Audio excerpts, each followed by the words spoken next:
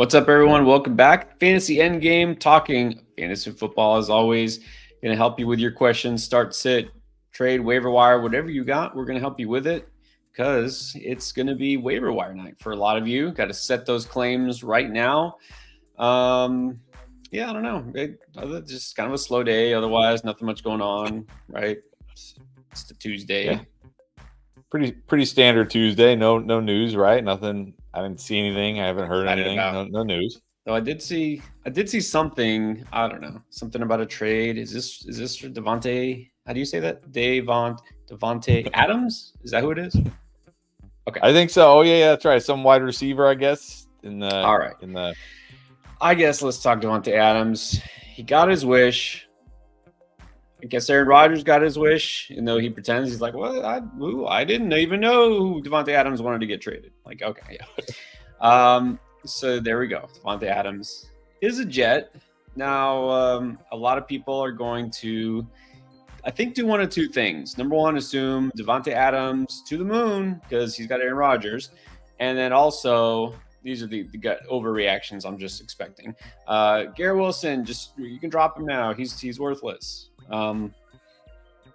Where are we with any of those kind of takes? I mean, obviously those are the extremes, but do you think this does help Davante Adams? And do you think, and how much, do you think this hurts Garrett Wilson? And if so, how much? I feel like it's probably pretty lateral for Davante Adams. I mean, he's obviously going from a situation where he had a large target share from bad quarterback play to where he will have now a smaller target share with better quarterback play. So I think in the end of the day, we're probably going to see the same Davante Adams we would have seen in Las Vegas. He'll have some big games and have some games where you're like, what happened to Davante Adams this week? So I feel like it's probably more of a lateral move for him. But I do think you have to downgrade Garrett Wilson a little bit. Over the last 3 weeks, Garrett Wilson leads all wide receivers with 42 targets, I think. That is an insane. We're talking, what is that? 14 targets a game he's averaging or something. Now, I know one of those games he had 20, but he had a bunch of targets the other night too. Like, his target share is going to drop a little bit. So I think both these guys are going to be a little more boom busty going forward. Yeah, and it's funny. I noticed you did say he's going to better quarterback play. You didn't use the word good. You didn't say good quarterback play. Yeah, Aaron Rodgers is definitely better than either Gardner Minshew or Aiden O'Connell. But again, some people will remember, oh yeah, Aaron Rodgers, MVP, Super Bowl winner. He's not that same guy. Davante Adams is still a great receiver, but again, this isn't prime Davante Adams either. So yes, these guys are still very good, but we can't fool ourselves into thinking this all of a sudden Davante Adams wide receiver 1 for fantasy. It's not going to happen, but obviously this helps. This has got to help to some extent. Also, this was encouraging. His hamstring is healed. It seems like he's good to go. He's going to play. So Good timing. Great timing there. Magical. It's weird how that happened. Like, you know what's crazy? Like, literally, they're like, "Oh, Davante Adams to the Jets," and then it was like 10 minutes later, "Oh, he's in the building taking his physical." Like, I don't think Davante. I'm pretty sure Vegas and New York. Like, I don't think there's a 10-minute flight from Vegas to New York. So. Yeah, that means Davante Adams was already in New York, ready to get traded. He just happened to be in the neighborhood, He had nothing to do this last weekend, obviously, not playing. So Davante Adams. Now, I'm curious. I'm really curious. In fact, I'm going to go later tonight and tomorrow and check. You like to check also as far as the trades. What's the site uses? The Keep Trade Cut, or there's a different one as far as like the actual trades that get used? Yeah, Fantasy Calc, not Keep Trade Cut. I think that site's Fantasy Calc. Fantasy Calc. Fantasy Calc actually looks at, they might be over like 3 million trades now. I mean, they look at trades made in real fantasy leagues, and then based on how player X and player Y, based on how all these players are traded, they have this algorithm that says, okay, these are how these players are being valued at the moment. Yeah, Yahoo kind of does that. They have a thing where you can look for free a little bit. They only show you like the top 10 or something, their most recent. And sometimes they're a little odd, and sometimes they're like, okay, this must be Dynasty. Anyways, yeah, I'm really curious now to see who's going out to trade for Davante Adams and what they're willing to give up to get him. So I think he was a decent buy low. We didn't say, hey, you go buy low now. You got to buy him low. But, there was a window if you bought low. And now I'm like, I'm not. I was saying this too. I don't think being the number 1A or 1B or whatever on the Jets is making me all in on Davante Adams. So we'll see. We'll see what happens. It'll be fun. At the very least, it's always fun when somebody gets traded mid-season, which wasn't just Davante Adams. I'm sure you guys heard. 2 in the same day. Can't spread them out. Amari Cooper, but to Buffalo. Now, it's not shocking, but at the same time, I didn't think Buffalo was necessarily the front runner here. So Buffalo getting receivers, is this kind of throw cold water on, well, I don't know. Who would it even throw cold water on? Khalil Shakir? I mean, like Keon Coleman? Yeah, I don't know who it throws cold water on, because there wasn't really warm water on any of these guys or hot water on any of these guys, but I'll tell you who it does throw hot water on. That's Amari Cooper.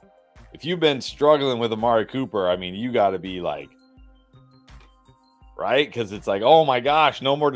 Okay, Davante Adams is going from Gardner Minshew and Aiden O'Connell to 40-year-old Aaron Rodgers. That's pretty good. Amari Cooper is going from Deshaun Watson to Josh Allen. That's almost like one end to the other. Like that's the exact one of the the worst QB to one of the best QBs. This is huge for Amari Cooper, and the fact that, because I was saying, like, I said, like, a lot of people were like, when Davante Adams was first rumored to be like wanting to be traded, like, oh, Chiefs, right? Because everybody just wants everybody to go to the Chiefs, of course. And I said that doesn't really make any sense, but I think what does make sense is Amari Cooper. He's got a very friendly contract. They're not going to have to give up a lot. I didn't think it would be the Bills, but I might like him more on the Bills, because what this tells me from the Bills' point of view is they're like, our wide receivers suck. We thought we could get rid of Stephon Diggs and draft Keon Coleman and roll Khalil Shakir and Curtis Samuel and be fine. And they're like, nope, we're not fine. Like, they went out and got Amari Cooper for a reason, and that's because they're like, we need Amari Cooper, and we're going to target Amari Cooper a bunch, and he's going to be our wide receiver 1. This is, if you got Amari Cooper, this is fantastic for you. Fantastic. Exactly. And this is why, again, I didn't assume it would be Buffalo, but we knew there was a good chance Amari Cooper would get traded because he's got a very friendly contract for these teams that could acquire him. And so the Chiefs were in play because, again, they couldn't afford to get a big name, or I should say a big contract player. But anywhere he could have gone was an upgrade. Anywhere, except for maybe the Raiders. So Amari Cooper, it's definitely, man. And I do believe we're saying you could buy low on him. Hopefully you did. If you got him, hey, you're finally happy. So, but I will also say this, and this is kind of, to me, it's the final like dagger to Keon Coleman's potential of fantasy value. This is why I was absolutely not on Keon Coleman whatsoever. Just did not think he would really be ready, at least in year 1. I think this is pretty much proof that they're like, yeah, this guy's not going to really help us enough. I mean, it's not like he's not going to see the field anymore, but come on, Keon Coleman does not need to be rostered anymore. I don't think. Like, I can still roster Khalil Shakir because he's going to work the slot, right? He's still going to be involved. Coleman, to me, no, he's like a hard drop everywhere. That's not dynasty. You agree with that? Yeah. Right. Yeah. I mean, he was barely startable as it was. Now exactly. you're gonna throw Amari Cooper in there. Yeah, this is like, yeah, dynasty. Of course, you're still holding Keon Coleman, but in redraft, yeah, you don't need to hold Keon Coleman. No. And just when you thought that was it, enough trades one day, no, there was actually a third trade.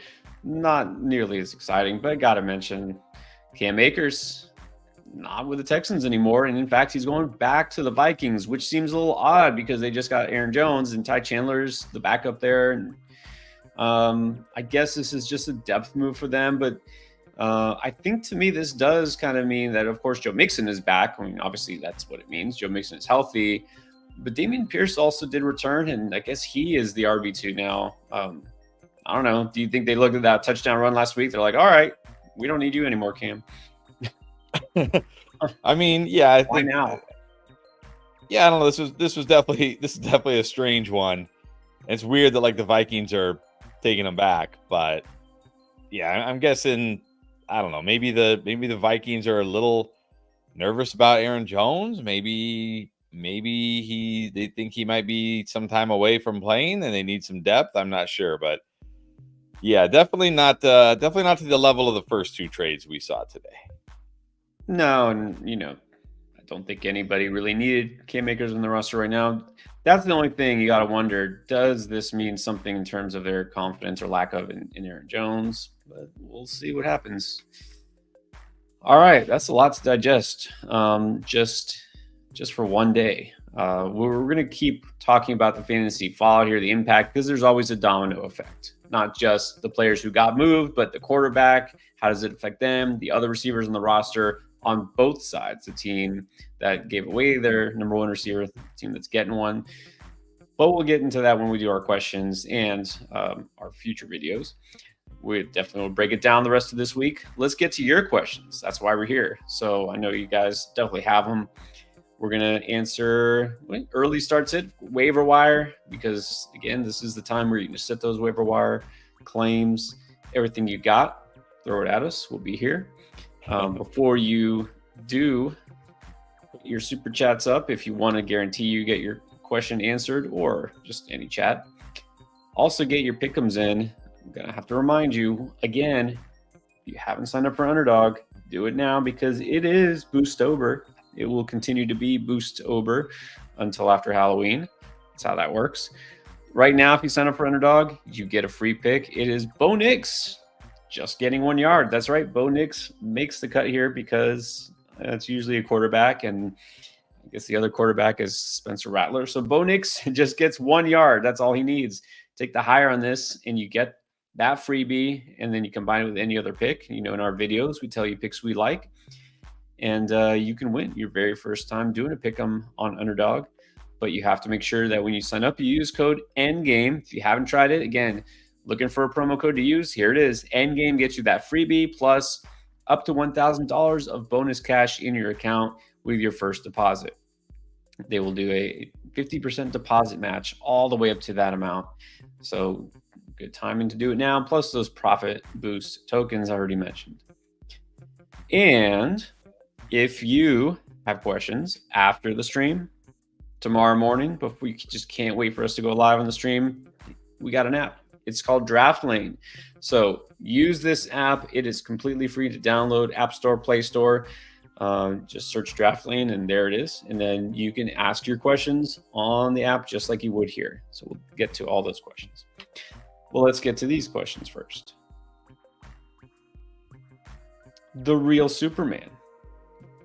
It's not early. All right. It's never too early for us. We had start sit questions yesterday, and the week wasn't even over, so never too early. Yeah, that was a little too early because I was like, I don't even know who these guys play yet. Yeah, like I don't even know the matchup yet. Yeah, I mean it is a bit early, but it doesn't hurt. Also considering a trade: 2 running back, 2 receivers, a flex. Kamara, Kyren, Monty Mixon. Okay, AJB, Man. Chase Downs. All right, so here's the proposal. Monty Mixon for Hall and Waddle. I mean, I probably do this because, like, you have a dilemma this week. Right. I think you have to start Kamara. I think you have to start Kyren. But then who do you choose between Monty and Mixon? Like, every week you're going to have to make this choice. Just go get Hall. And now your choice every week, you just start Kamara, Kyren, and Hall. It's every week.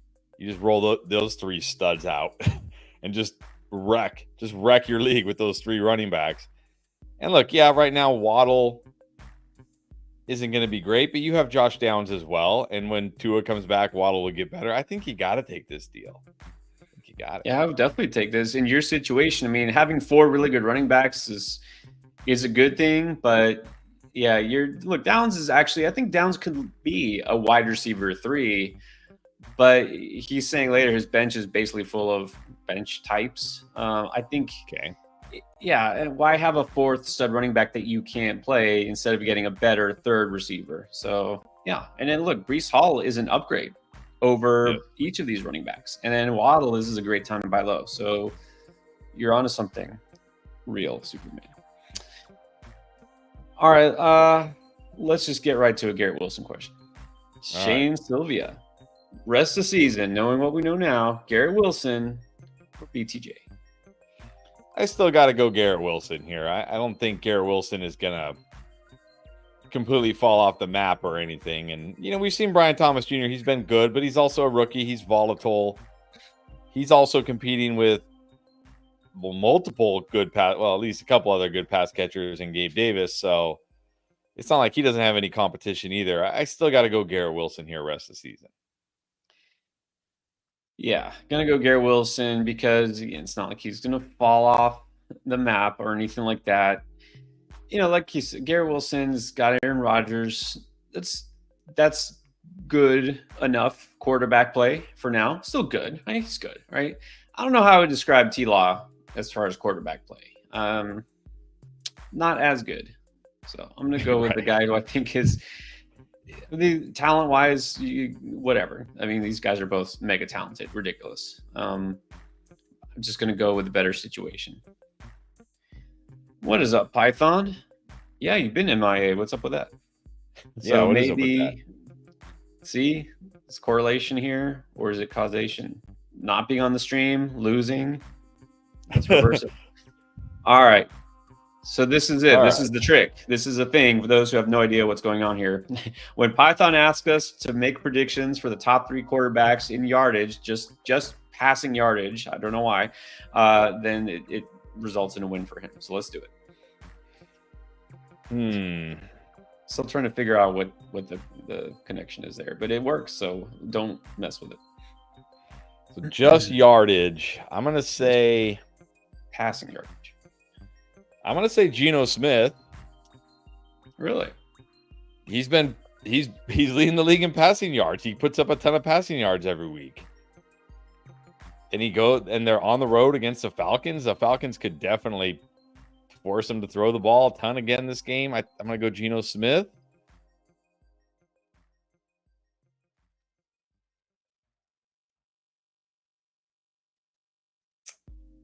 I'm going to go. I really wish, if Flacco was in there, I would definitely go with Flacco, but probably going to go with Baker Mayfield against the Ravens. And I might go Mahomes third. We're just talking yards. We're just talking passing yards. We're not talking fantasy points. We're just talking passing yards. I'm going to go those 3 guys. All right. Rolling with Mahomie. I will also go Baker Mayfield and Lamar Jackson in that same game because these are both basically pass funnel defenses, and I think they're just going to get into a shootout. So I'll go Baker, I'll go Lamar, and my third one, little outside the box. I'm going to go with Andy Dalton against the Commanders. Let's see if he can bounce back. All right. And Python also has a question here. Which 4 to keep, which 4 to package to trade? Let's see. I don't think you're getting anything for Calvin Ridley right now. Right. You'd like to trade him, but what are you getting? Like, what are you really getting for Sutton right now? You get a little something, but don't really want to trade JJ. Yeah, I don't know, because you got 4 guys that have very little value right now in Waddle, Pittman, Ridley, and Sutton. So you really have to trade one of the first 3 guys. But if you trade one of the first 3 guys, that means you got to play Waddle, Pittman, Ridley, or Sutton. Actually, it means you got to play 2 of those guys.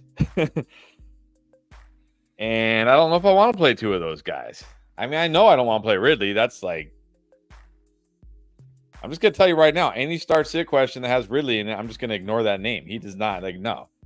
Unless we get news this week that Mason Rudolph is starting, I'm not starting Ridley. Like, I'm not doing it. Like, he's had one good game this year. I'm not done.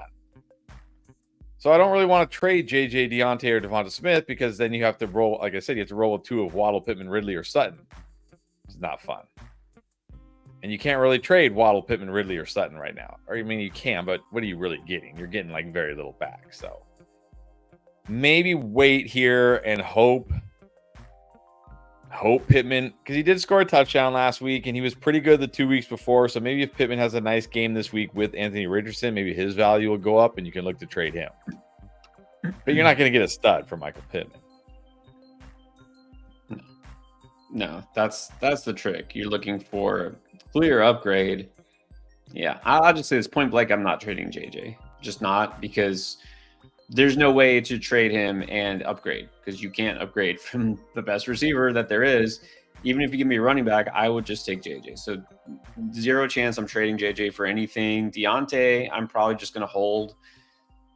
Davante Smith, again, the only way I would trade him is if I'm getting back a stud running back. Are you really going to get a stud running back for him? Maybe if you package Davante Smith and Pittman or Sutton, maybe.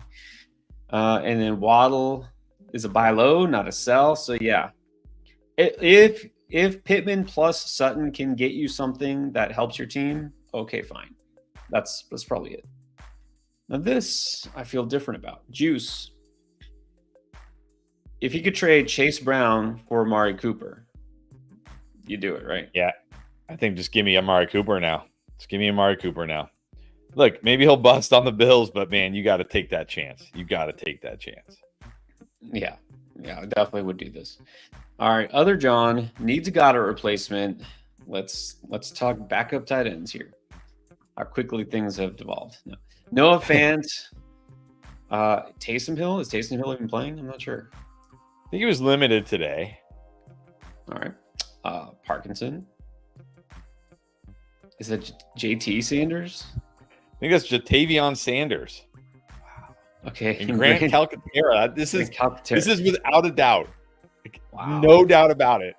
Our first ever. I don't mean this year. I mean in the history of Endgame. This is our first ever Grant Calcaterra question. I'm actually impressed with myself that I know his name is Grant Calcaterra. Yeah. Oh man, this must be either very deep league or a lot of dudes are hoarding backup tight ends that really shouldn't be. I think I'm gonna go Colby Parkinson here. He got 12 targets before the bye. He gets the Raiders. I think on the start sit video I said avoid, and I kind of regret that. I wish I said streaming option. He's got a pretty good matchup this week. I mean, obviously, if Cooper Kupp comes back, that will hurt. We're not sure yet. But I think right now I'm going to go Parkinson. I mean, Parkinson makes the most sense, but I'm also kind of just tired of these underachieving Rams. I might just go Calcaterra. Like, just throw him in there. Hey, he actually did, I think it was like 4 catches for 67 yards last week. He actually did something. So I might just go straight up 1-for-1 here. I know Parkinson is probably like the better player, but he's a Ram. Certain teams, if you haven't noticed, which you have, I'm just kind of done with. Like I don't want to think about it. All right. Humberto Juarez thinks he messed up. Traded Achane and Njoku, Chase Brown, DJ Moore, and Dak. Okay, so you basically you traded your whole team. All right. For the Cheetah, Tyjae Spears, Jahmyr Gibbs, and Muth. Well, okay, you got Cheetah for, I guess Cheetah Achane I'd say is a slight win for Cheetah. Because they're both stuck in this offense right now, but I'll still prefer Tyreek Hill when Tua comes back. I definitely prefer Gibbs to DJ Moore. So now it comes down to how do I feel about Spears and Muth versus Njoku, Chase Brown, and Dak. I mean, I probably prefer Chase Brown to Spears and Muth combined.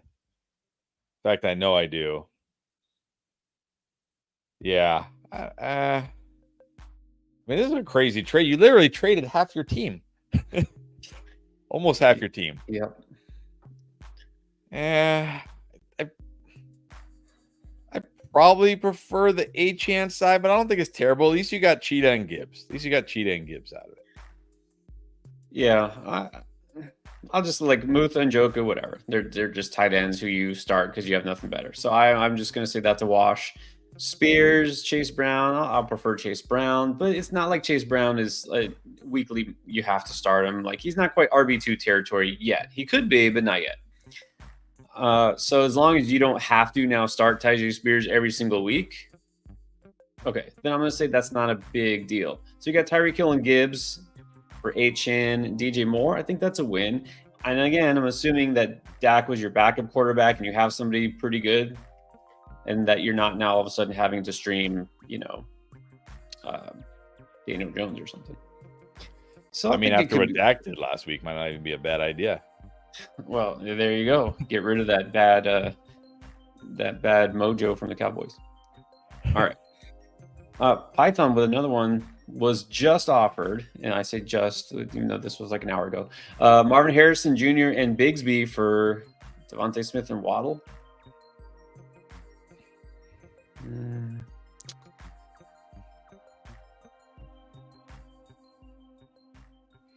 This is tough because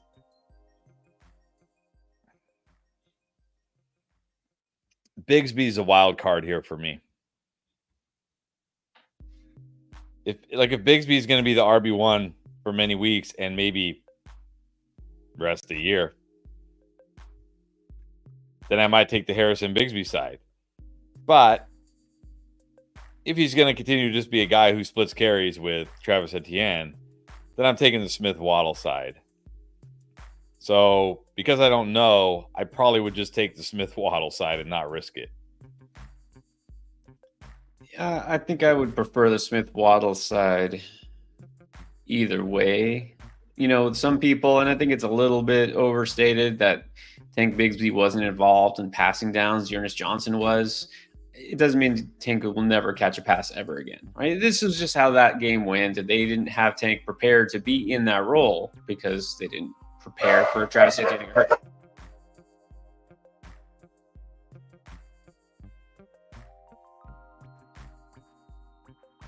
All right, what's up, Moses? All right, I guess we're doing this one. I think. Oh, I don't even. Okay, well, you got some choices here. Jeez. I don't even consider Chase Brown a stash. I just consider he's a guy that needs to be rostered. But Tracy kind of needs to be rostered too. The only thing is with Tracy is we might see Singletary back this week. And then that will pour some cold water on Tracy. So I think Chase Brown has the best long-term prospects here. So I'm going to take Chase Brown. It's hard not to say Christian Watson at wide receiver, but man.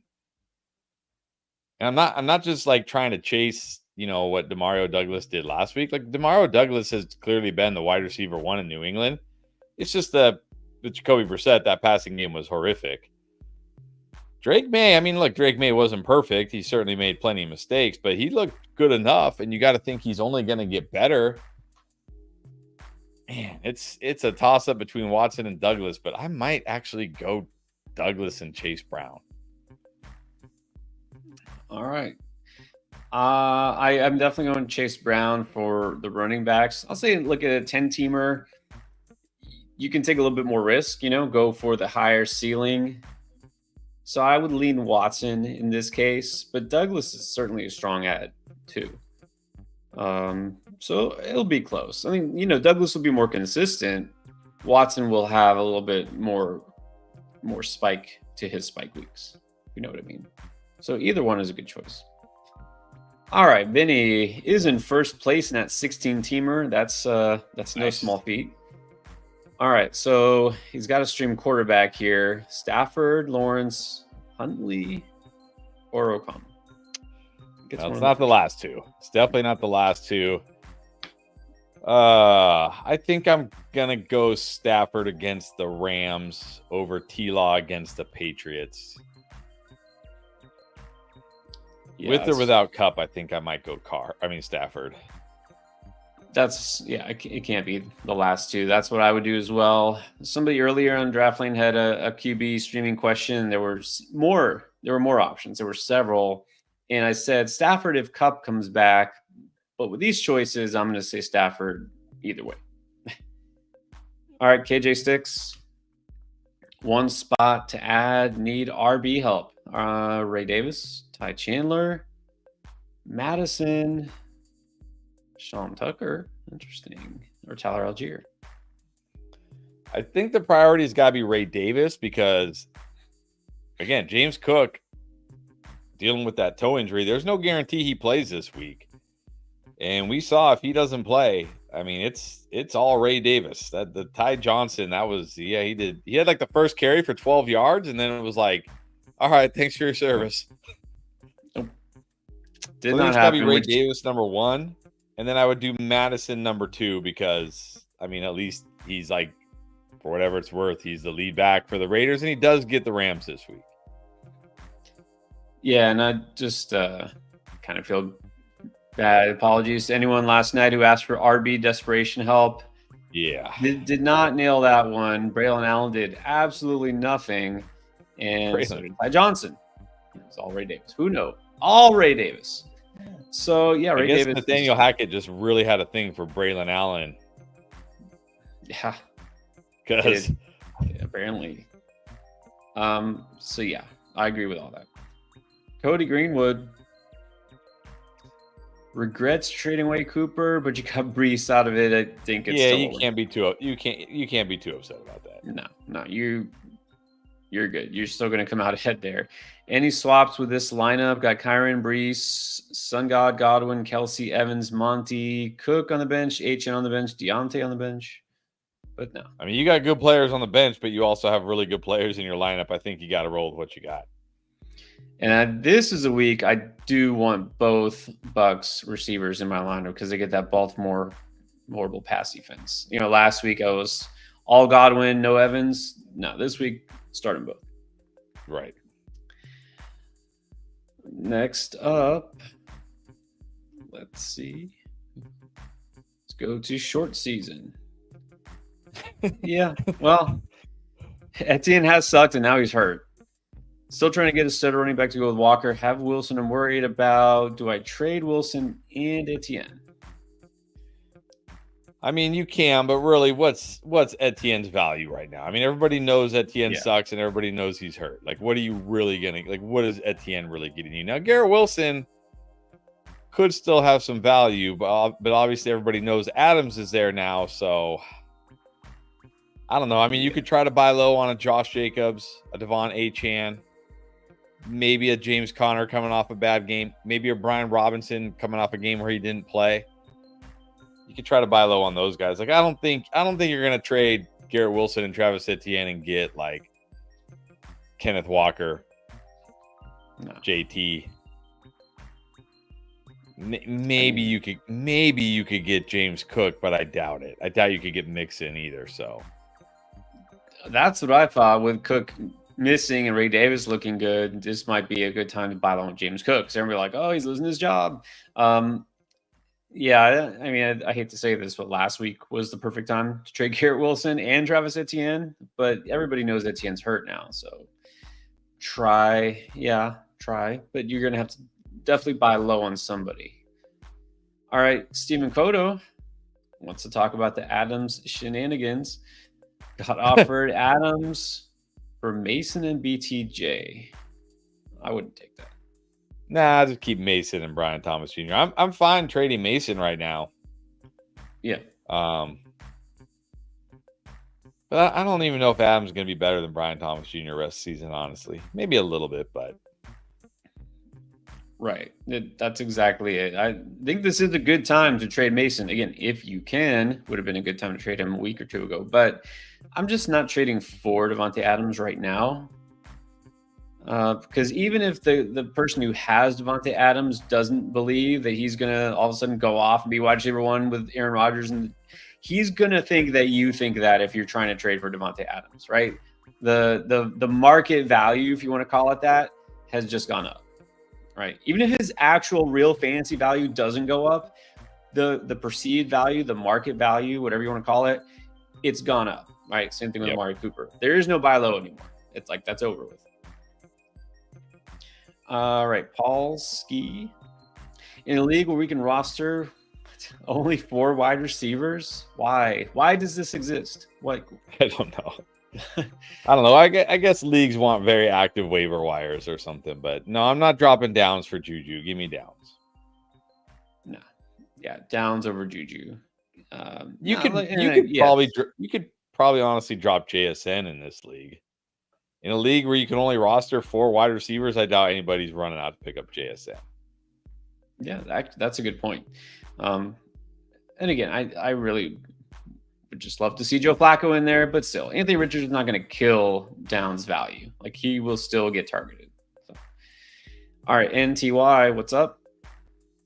5-1, very nice.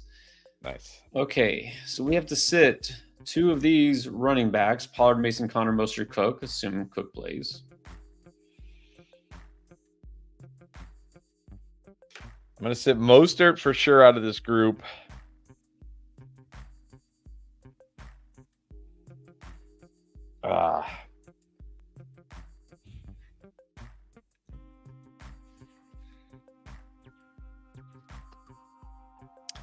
It's between Connor and Cook for me. Yeah, now this could answer itself if Mason's injury keeps him out or if Cook is still not good to go. So, I mean, you're going to have to come back later in the week and check on this. But assuming they're all 100% good to go, man. I think I said Connor and Mostert right now. Connor, very tough matchup against that Chargers run defense. Mostert, just whatever. Right now, those are the 2 I would sit. It's odd, but I actually think this week Pollard's the one I might feel best about out of this group because all of a sudden Najee Spears is hurt. He'll probably play, but still, he hasn't been involved anyways. And the Bills have that really bad run defense, so I'm going to start Pollard. I don't love Mason's matchup, but if he's good to go, I think you still kind of need to start him. Man, I think the one I'm worried about is Connor because of that terrible matchup. So probably Connor would be. What is this Cardinals offense going to do? I mean, you never know with this Cardinals offense. Just Kyler Murray, like quarterback schizophrenia. Yeah, no kidding. First couple of weeks looked like he was going to be fantasy MVP. Not so much. Oh, wait, sorry. Before we get to Sir Cap-a-Lot, I just noticed. NTY also wants to know Green Bay defense. Is that okay? Yeah, I mean, they've been really good forcing turnovers. I don't love the matchup against Houston, of course, but I mean, I don't think they're the worst option. Yeah, I don't love starting a defense against Houston. CJ Stroud is not very turnover prone, so I would look elsewhere if you could. I mean, I don't know who's available in your league. I would prefer, I think, the Falcons defense if they're available. I don't know. We'll see.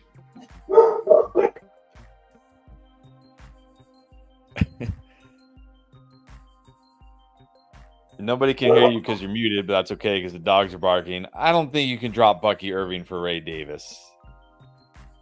I don't think so. I mean, I don't think just because what Ray Davis did last night that when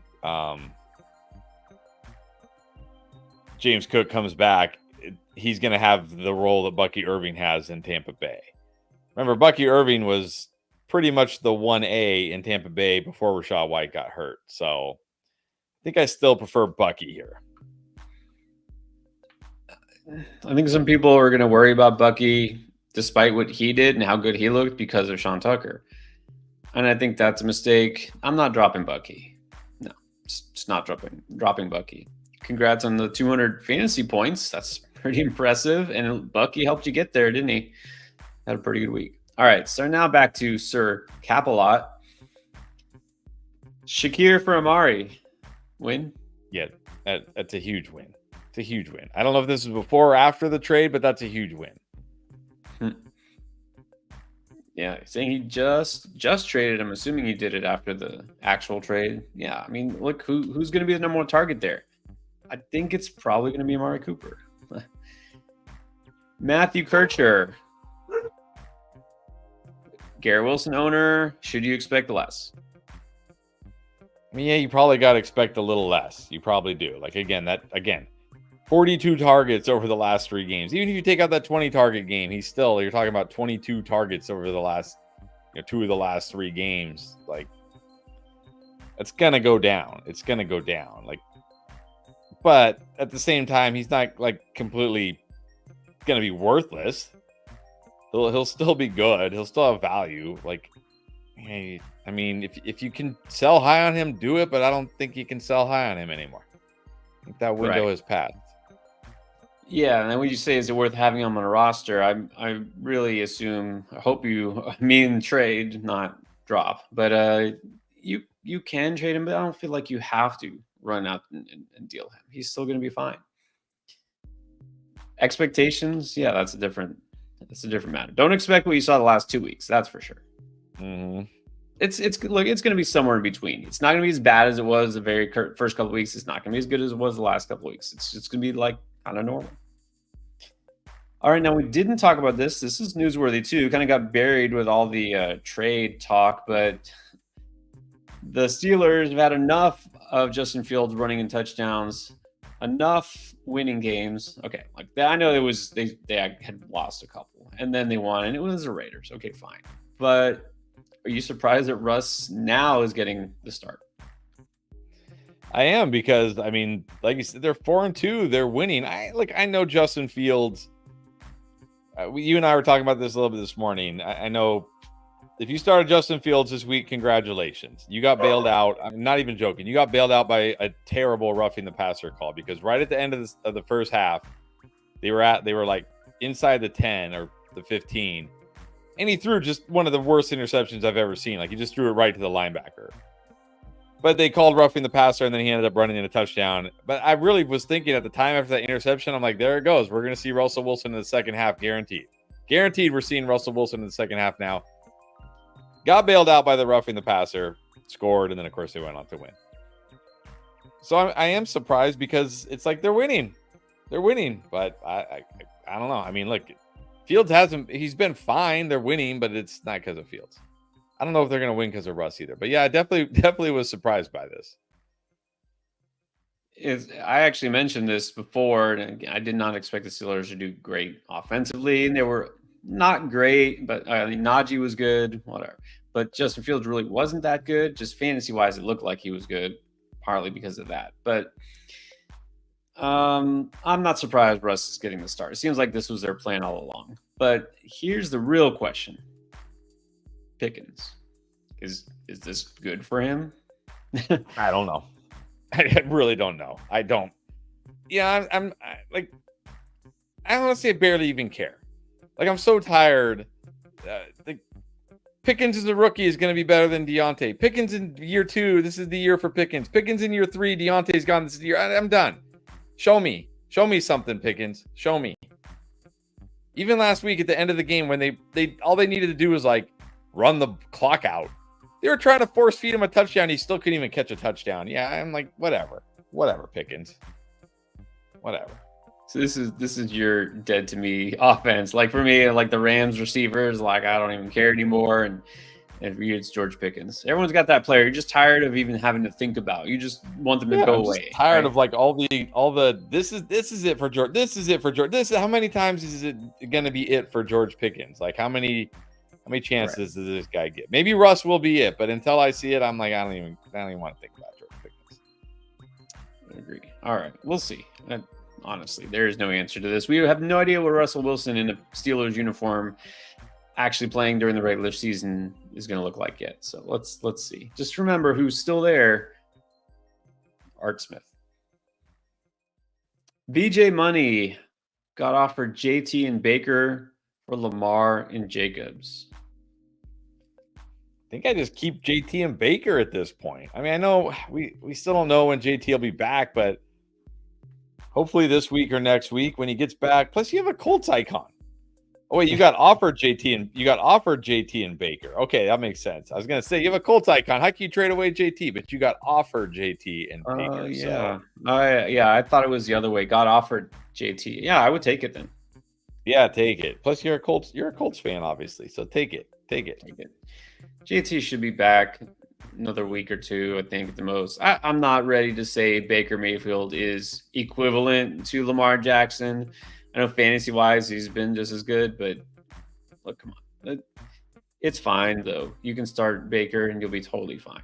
So the upgrade at running back once GT's healthy, the slight upgrade, I think is worth the slight downgrade at quarterback. All right, JoJo, what's up? Have Cooper, Jacoby Myers, and Olave. Who could you trade for a stud receiver? Well, I don't think you're getting much for Olave after he just missed with concussion and his quarterback's out. Jacoby Myers, really? Just sell high on Cooper? Yeah, I mean, I don't know how you're going to get a stud wide receiver. I mean, define stud wide receiver. Yeah. Like Justin Jefferson, AJ Brown, Jamar Chase, like none of these guys. No two combination of these guys are getting you that guy. No. Like I don't know what your running backs look like. I think you should keep Cooper for sure. I mean, look, with Neighbors, Cooper, Jacoby Myers, and Olave, I mean, when Olave's healthy and Derek Carr is back, you might have 3 stud wide receivers, honestly. That's true. Yeah, the only way, realistically, it would have to be somebody who is either all of a sudden sky high on Amari Cooper or is a Bills fan or has Josh Allen. They're like, oh, man, Amari Cooper to the moon. I'll give you you're not getting Justin Jefferson, Amon-Ra St. Brown, but I'll give you DK Metcalf for him. Or, Tyreek Hill has done nothing. I'll give you Tyreek Hill for him. Okay, fine. But that's very iffy proposition. Trone Force held on to Njoku. Did his stock skyrocket? I mean, his stock will skyrocket when they get rid of Deshaun Watson. That's it. I mean, okay, maybe now he'll get some more targets, but they're targets from Deshaun Watson. So, yeah. If we see a quarterback change, his stock will go up. That's it. Yep. Holding D-Hop. Well, I guess he could get traded. That's possible. Sure. Maybe he goes to the Chiefs, and then his stock will go up. There you go. Exactly. Boomer, what's up, Boomer? He's saying he loves your take there. The Cooper versus Adams would have put more effort into demoralizing the Adams owners. That's funny. All right. Who's Tony Manero? I had to say. I don't know. I don't get that. I don't get that second part, Boomer. I'm sorry. All right. Eddie J, what's up? Picking up Pop or Watson? This question again. Moises had the same question. I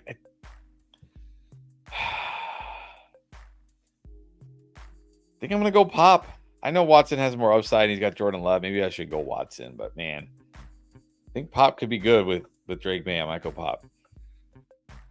I mean, it kind of depends because that first question, I think, was a 10-team league. And I was like, okay, well, you can go for more upside there. At 10-teamer, you need that ceiling. If this is a 12-team, and also it depends, what are you looking for? What do you need? Is this guy going to be maybe your weekly flex? Do you need consistency? You know what I mean? Or do you just want to take a shot on a guy who has bye week boom potential or something? You know what I mean? So they're very different types of players. 2 trade offers, CD and B Rob for Tyreek and Monty. Thoughts on that? It feels pretty close, but I think I'm just going to take the CD B Rob side. Like, if Tyreek had Tua right now, I would say this is probably a very fair trade. Like, CD Tyreek, very similar. B-Rob Monty feel very similar right now. But yeah, he doesn't have Tua. And even though I'm hopeful that Tua will be back in week 8. It doesn't mean he will be. So why not just take CD? I'll take CD and B-Rob here. Yeah, when you have two players where the talent and all that's equivalent, just eliminate the risk. No risk there. Now CD for Harrison and Terry.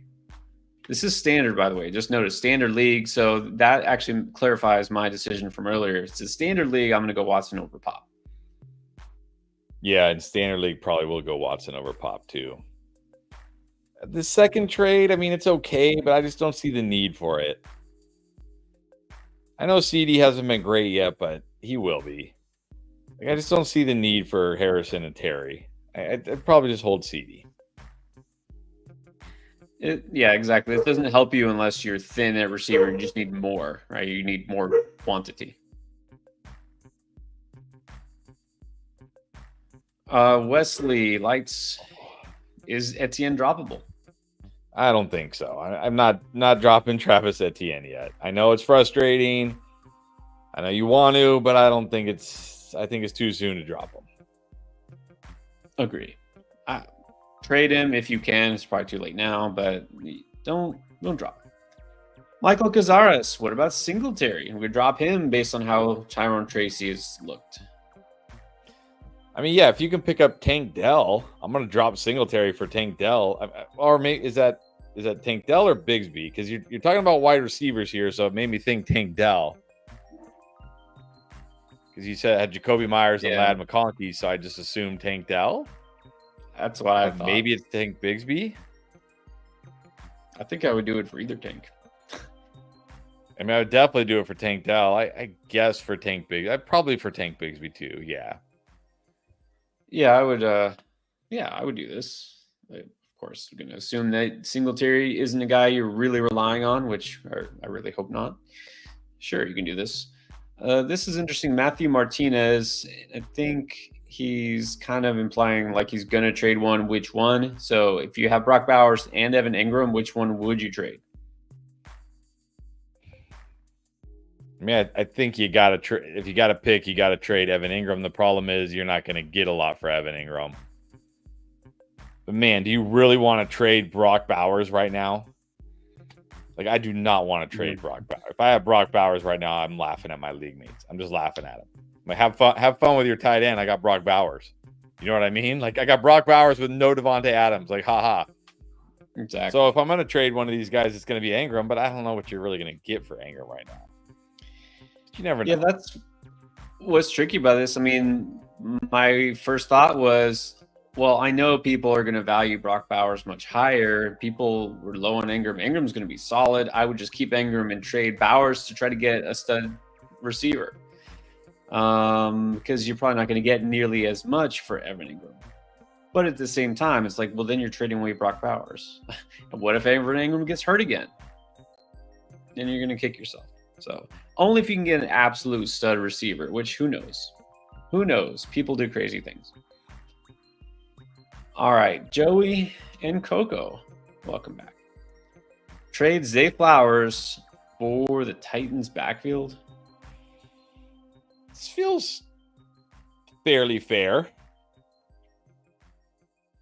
depending on what you need. Because Tony Pollard's been mostly good this year. Zay Flowers is good. So I think it really comes down to what you need here. I think this is a pretty fair deal. If you need RB, take Pollard and Spears. If you need wide receiver, well, I guess you're saying you're trading Zay Flowers for these guys. So I assume you need running back help and you're good at wide receiver. I think it's fair. Well, I would only do this if I really, really needed a running back. I would just keep Zay Flowers.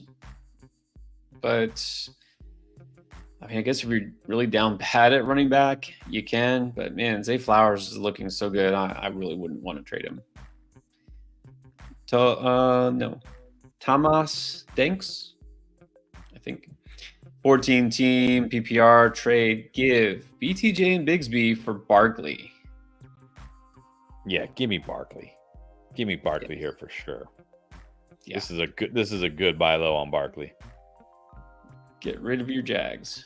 Yeah, I mean, getting Jaguars off your team, but look, you're getting Saquon Barkley without having to give up a stud running back or really a stud. Okay, maybe we kind of throw that term out, stud, whatever. Okay, BTJ is a stud, but elite fantasy receiver or running back.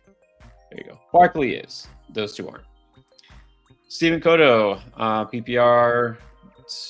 Okay, Fields. Well, I mean, look, I said it last week. I think Fields is droppable now, for sure. Yeah, I think now that he's not starting this week, he's definitely droppable. I'm just debating if I go Anthony Richardson or Darnold this week. I kind of like Darnold. I do like Darnold. Darnold has a very nice matchup at home against the Vikings. I might drop Fields, pick up Darnold, and just roll with Darnold. Yeah, I mentioned Darnold as my favorite streamer this week. Obviously, he's available in your league. Why not? Just go Darnold. All right. And we're going to try to answer. Let's do some of the regular chats here as we catch up to the super chats. Again, it's not possible for us to answer all these comments, guys. So, again, apologies if we don't get to your question, but just we have to pick and choose. Not too early for start sit, especially when it involves streaming tight ends. Christopher Sowers, start it in Njoku or Kraft? Oh, jeez. That's what I was going for. I just want to get that reaction out of you. Let's see. The disappointing tight end with Deshaun Watson or the disappointing tight end last week with Jordan Love? When you put it that way, I think it's pretty obvious. Yeah, I think I'll just gamble on Kraft. I know it's you can't feel as good about Kraft with Christian Watson and Romeo Doubs back, but I mean, I really just don't want. I said if you watch the the video, the 10 lessons video, I literally said in there, I am just staying away from the Titans and Browns passing attacks. I don't care. I just don't even care. Like Calvin Ridley or anybody. DeAndre Hopkins or anybody. Jerry Jeudy or anybody. David Njoku and almost anybody, I guess. I don't know if I can quite say anybody over David Njoku, but I guess I'll just go Kraft. But I would question who's on the waiver wire. Yeah, look, at least Kraft has touchdown potential. He has scored and he could score. Can't say that really about the Browns in general, so I'll go Kraft as well.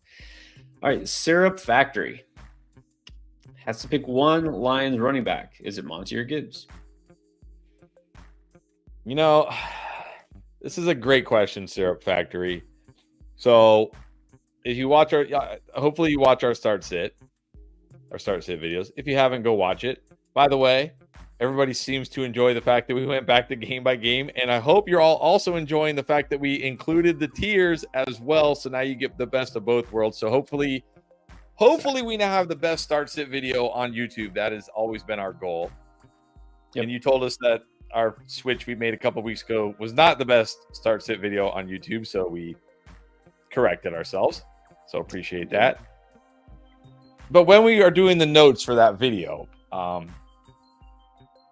we of course we go through each game. We put down the running backs that are relevant running backs for every game, and we identify which ones are going to be our must starts, like that we do at the beginning. And every week up until this week, Gibbs has been a must start. And this was the first week where I was like, I don't think we can have Gibbs as a must start unless Monty is also a must start. Like, we can't just keep saying Gibbs is a must, but Monty's just, you know what I mean? Like, they both, like, Monty's been so good. And this is the first week where I found myself questioning, like, who would I actually start between the two? So this is a good question. Mm-hmm. It's a tough matchup. Vikings run defense is really good. But at the same time, like, man, I think I'm going Monty right now, honestly. Oh, surprisingly. Boomer, did you catch that? It worked. You got him all in, full Monty. It really is tough. This Vikings run defense has been elite. I I really would like to dig into the stats, and I probably will like tomorrow, maybe if I have time, as far as the type of run defense they employ most often. I feel like, because they give these exotic looks, they try to, stack the box, unstack the box, and move, safeties around. Could be wrong on this. I feel like they're a little bit tougher on as far as an interior rush defense. I think they might try to get Gibbs out in space more, use him as a pass catcher because they might have to. So my gut says Gibbs right now. But again, I really want to dig deeper into this to see if there is something that tells us. But I mean, I really feel like this is 50-50. It might come down to who scores. Yeah, well, that's the thing. And here's what kind of finally, I shouldn't say finally, because Monty's been good all year, but what kind of really got me thinking, like, maybe I've been too high on Gibbs, and obviously probably not high enough on Monty. Like, okay, Monty got the first touchdown. Okay, fine, that happens. Monty got the second touchdown. Okay. The third time they got near the goal line, Monty got the goal line carry. Now, there was a penalty, and they moved back to like the 6th, but I'm like, why isn't Jahmyr Gibbs getting goal line carries? Because if you look at prior to last week, Jahmyr Gibbs had been getting just as much or more goal line carries than Monty. This last week, it was like all Monty, and they just extended them. So I don't know, maybe. Yeah, I don't know. I don't know. Yeah, both are good starts, but yeah, we'll see. Maybe this answer changes later. All right, but let's go to Tyler C. What's up, Tyler? Thank you very much. We appreciate it. Oh, yeah. You remember the 0.7 point per reception league? Yes. All right. 10-teamer. Got Lamar and Love. Got St. Brown, Evans, Adams, Flowers, Downs, Dunze, Liggett, Cook, Connor, Bucky, Pacheco. All right. Any trades here? Adams over Flowers. I'll say no to that. But, man, I'm telling you, I am selling high on Adams right now if I can. Yeah.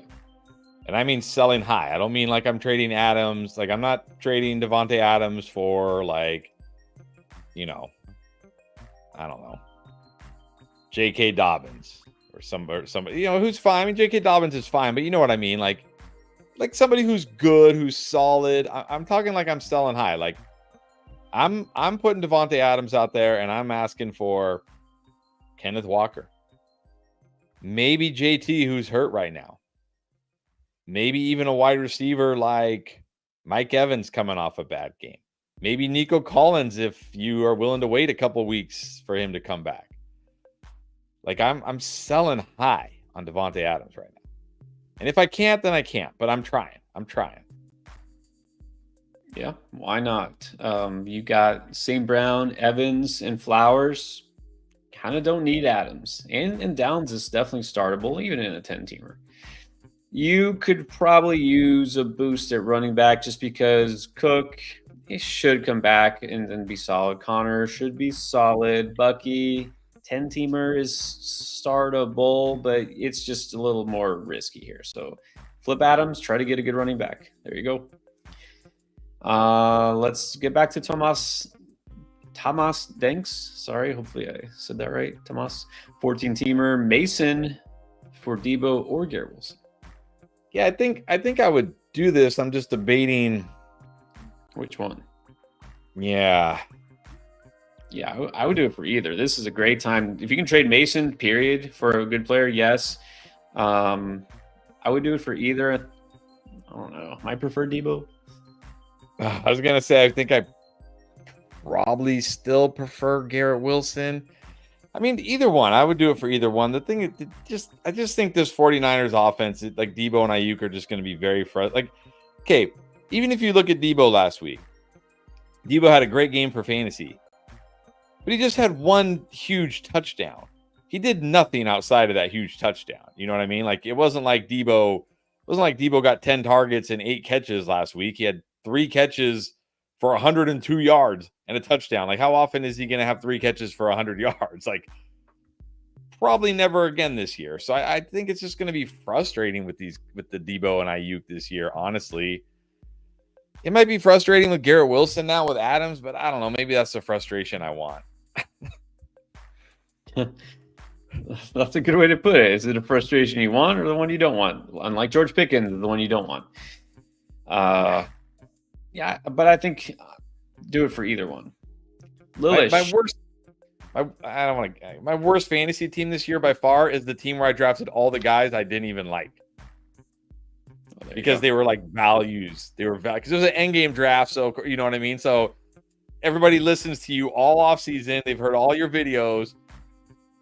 You know what I mean? So they take all the guys you like. So I ended up with a team of like Mahomes, although I did like Mahomes, but I didn't like taking a QB that early. Andrews, Pickens. This team is terrible.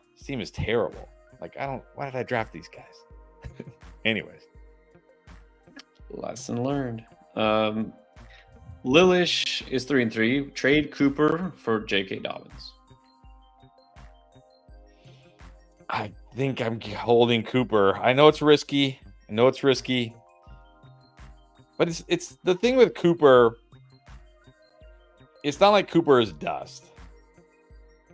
Cooper is 29 years old. He's had some issues with drops this year, but he's always had issues with drops. I feel like Cooper's always had issues with drops. But it's not like he's, not getting separation. It's not like he's not getting open. Like, that's not the issue here. The issue is his catchable target rate is one of the worst in the entire NFL. Dobbins is fine. Like, nothing wrong with Dobbins, but I don't want to trade away Cooper right now and just get back a guy like Dobbins. That makes sense. It does. I think if you can get a slightly better running back, you might need to do this because you got JT, except you don't have JT. Dowdle, don't really want to start Dowdle. Eckler is like very fringe, and then Hunt. So I get you need RB help, and this might be a good time to trade Cooper, but I try to get somebody a little better. All right, Christian Diaz. 1984, worth trading Achane for Cup.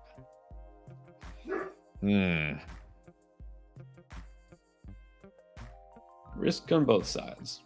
Well, this is close, but I'm going to say no because thank you for adding on at the end here that you only have Mason and Brian Robinson as your running backs, but you have Garrett Wilson, Zay Flowers, Debo, and Cooper at wide receiver.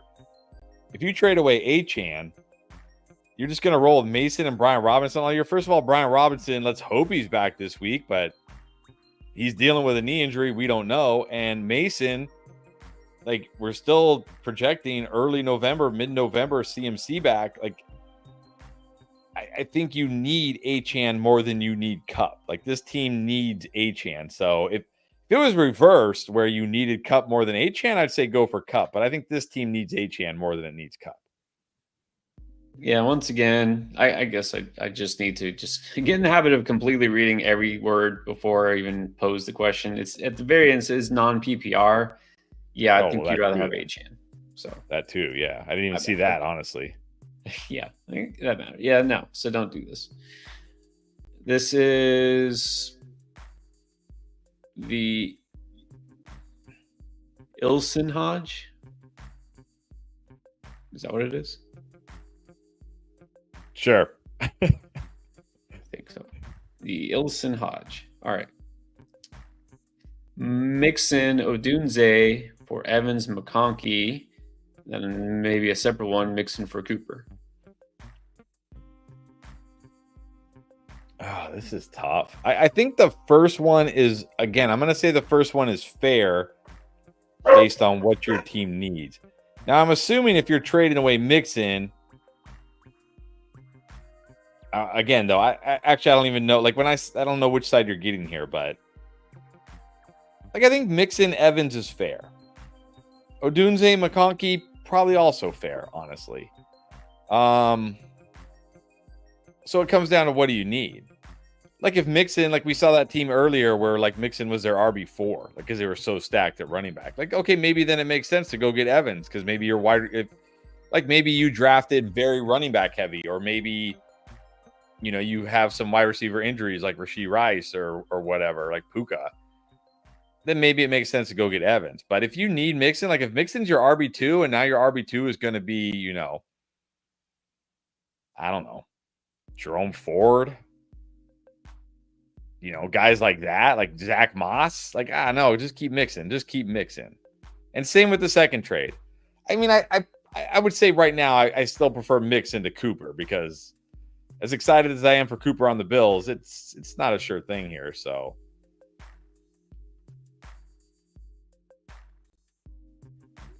Well, you didn't say, but both of these you're trading Mixon for receivers.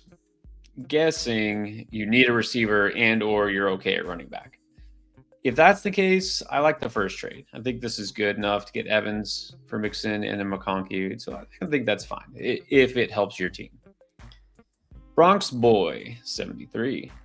Kyler Murray, Mixon, Walker, Monty, Singletary, Tracy was offered Burrow for the combo, for the Singletary and Tracy combo. So asking if you should give up the Giants running backs to get Burrow because you're tired of Murray? I mean, I know Kyler Murray's been frustrating, but I'm not trading good running backs just to get a QB upgrade. Like, if you're QB, if you're like, hey guys, I like Fields is my QB and the best available on the waiver wire is like Aiden O'Connell, Daniel Jones, guys like that, then I'd be like, okay, go get Burrow. Like, you need Burrow, right? Go get Burrow. But yeah, Kyler's going to be frustrating. He's probably going to be up and down, but he'll be okay. Like, he'll be good enough, I think. So I'm keeping Kyler here. Right. Like, in an absolute vacuum, no context, no need, whatever. Burrow for Singletary, Tracy, like, that's fine. That's fine. Seems fair. But really, are you helping your team by going from Kyler Murray to Joe Burrow? Is this like a big upgrade for you? Not really. It's not. So it just doesn't do anything. It's fine to try to trade something, but I would say this: if there's a team out there that does still need a quarterback and wants Kyler Murray, okay, try to trade him first and then do this deal. But I don't know what you're getting for Kyler Murray. Ethan O'Block. What's up, Ethan? Trade Adams and Swift for Hill and Bowers. Interesting. I think you got it. I think. What's that? My gut reaction is yes. I'm taking this. Yeah, I think this is the kind of trade that you can look back on. Not saying it's going to happen, but this is the kind of trade you could look back on and say that is why I won my fantasy championship. Tua came back, and Tyreek Hill was a beast. Bowers without Adams was just a beast. That won me my championship. I think you got to take the chance here. Yes, you can do this, and yeah, we don't always want to trade for a tight end, but you're getting Bowers, who could be, is and could continue to be the tight end one. You don't have to worry about tight ends. And Swift is his fourth running back. Yeah, take this for sure. Mad Dog, all right, got offered Harrison for Amari straight up. I think I still got to go Harrison. Although, man, Harrison he's been all right. He's been all right, but I don't want to just go I don't want to just go too crazy with Amari Cooper here. Like, I think rest of the season I would still prefer Marvin Harrison. Maybe I'll say something different if Amari Cooper, goes for 100 yards and a touchdown this weekend. Maybe I'll change my tune, but I think right now I still prefer Harrison. Yeah, this seems like somebody is either kind of frustrated with Harrison or just doesn't want to deal with him maybe not playing for this week. To give up Amari, I would do this. I'll take a chance on Harrison. So, yeah, if you got offered Harrison, you can take it. Leo Hilo, here's the team. Was offered. Here's another 3 for 3. All right. Taylor Sutton Mahomes for Mason CMC Waddle, and then flip Geno for Tolbert. I would definitely flip Geno for Tolbert. That's a no-brainer for me. Yeah, sure. This is basically a 3 for 2. Yeah, kind Because of. Mason CMC is like 1. So okay, so I'm looking at his team. He would be getting the Taylor Sutton Mahomes side. He's giving up CMC and Waddle. I mean, I still prefer JT to Mason CMC. I definitely prefer Waddle to Sutton. Mahomes, he's nice. I mean, okay, fine, but he hasn't even really been in my best ball league. I have him and Geno's been my starting QB more often than Mahomes this year. Yeah, sad times. I don't know. I probably just take the JT side because I do feel better about JT rest of the season. I feel like he's the best player in this trade because there is real risk when CMC comes back that he's not like he doesn't just get every touch again. So I'd probably just take the JT side here. Yeah, it's funny because I think now you don't realize it's the worst case scenario for CMC owners. It isn't that he comes back and gets hurt, especially if you have Mason. You're like, well, I have Jordan Mason. It's that this becomes somehow, I'm not saying it's going to happen, but what if this became the timeshare? It's like both the guys are playing. That would be like nightmare scenario where it's like CMC's playing, but he only has like 15 touches a game and he gets you like 80 yards. Right. Like not because of the quarterback upgrade, because you're not going to do this just like I've got Mahomes, but I still think you can do this. I think this is fair. So sure, and then yeah, you can flip Gina for Tolbert right now. Benny, what is up, Benny Black? All right, so he's wondering which running back should be top priority on the waiver wire between some of those guys, and this might help also answer Daniel Fernandez. He's asking who's the priority pick off of waivers this week. Also, we made history once. We have now done it twice. 2 Grant Calcaterra questions in the same show. I'm still going to go Parkinson at tight end. I think Davis has to be number 1. I'm not sure what Garendo, like if Jordan Mason is out this week, I'm not even sure how this is going to play out because I mean, let me verify this, but I'm pretty sure. I mean, this was just the me looking at the game, me watching the game last week.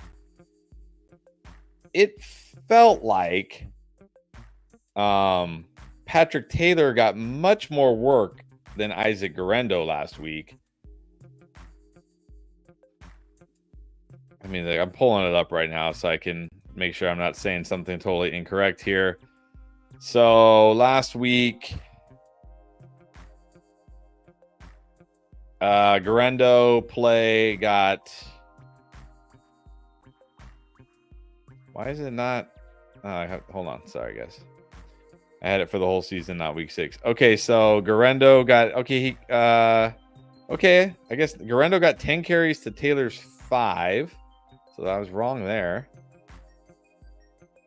All right, maybe Garendo is the preferred guy here. But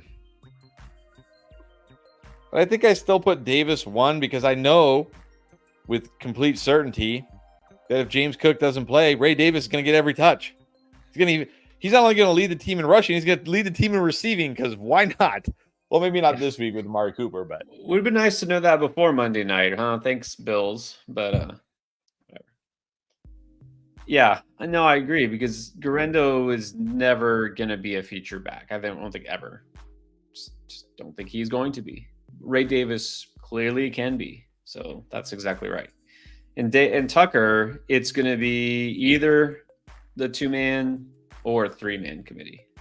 So yeah, I'm not chasing that Tucker. Like Tucker's fine, but remember Tucker only had 1 touch in the first half. He did most of his damage at the end of in the second half when the game was pretty much a blowout already.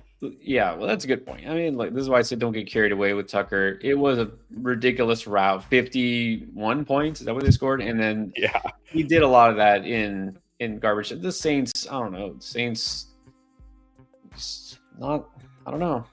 I'm starting to have some doubts about their Super Bowl chances. I don't know. Max Liebel. Quarterback is Kyler. Receivers are DK, Garrett Wilson, Harrison, Ayuk, Brian Thomas Jr. Would you trade? Should he trade? DK. No, please. Again, I know Kyler's been frustrating. I know Jaden Daniels has been great. But Kyler's good enough. And look, I know DK was bad last week. But DK should have had a monster game. Like he was literally a toe away from a touchdown and a ridiculous illegal procedure penalty away from another huge touchdown. Like DK Metcalf could have had 30 points last week and you wouldn't even be entertaining this trade. You'd be laughing at this guy like, come on, get out of here. Get out of here, right? Yeah, don't do this. Don't do this. Yeah, I don't think you need to do this. Get the temptation, but as bad as it feels, Kyler Murray isn't, complete trash. He'll be fine. He'll be okay. And then trade Zach Moss and Harrison Jr. for CeeDee Lamb. Now that one I do. That one I definitely do. Go get CeeDee Lamb. Go buy low on CeeDee Lamb. If you can get CeeDee Lamb here, absolutely do it. All right. Before we get to the next comment, I do want to remind anybody who wasn't here at the very top, you do have also time to get the free pick from Underdog. If you haven't signed up for Underdog, do it now because you get this free pick of Bo Nix going higher than 0.5 total yards on Thursday. He gets a yard, you win. That's a free pick for you. Combine it with any other pick. And, of course, you can do this for multiple sports. Baseball playoffs still going on. The NBA season is right around the corner. NHL. So check out Underdog. Do those pick'ems.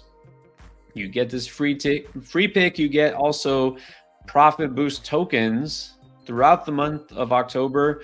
And it's called Boostober. And you get those free profit boost tokens, free picks, all of there for you. If you sign up for the very first time at Underdog, you have to use code ENDGAME to make sure that you get all that. So check it out if you haven't already. Cannot forget that. All right, let's get to actually, let's do this one. All right, we're still catching up on the super chats, by the way, so hang tight. But this one is very interesting. RJ Place says that he can trade Cup for Adams. Who has the higher ceiling? I think Cup does. I'm just taking Cup here. I'm just going to take Cup. Cup should at least get, even if he doesn't play this week, let's say he's back next week, he should at least get a few games without Puka.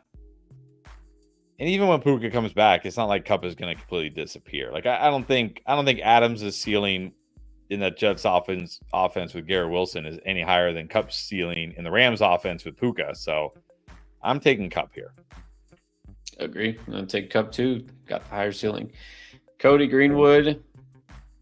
Reese for Saquon.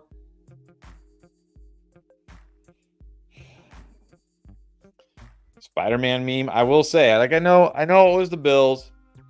I know it's only one game, but I think what was really encouraging about last night for Brees was that Braylon Allen was barely involved. Yeah. And obviously there's been a big change in New York.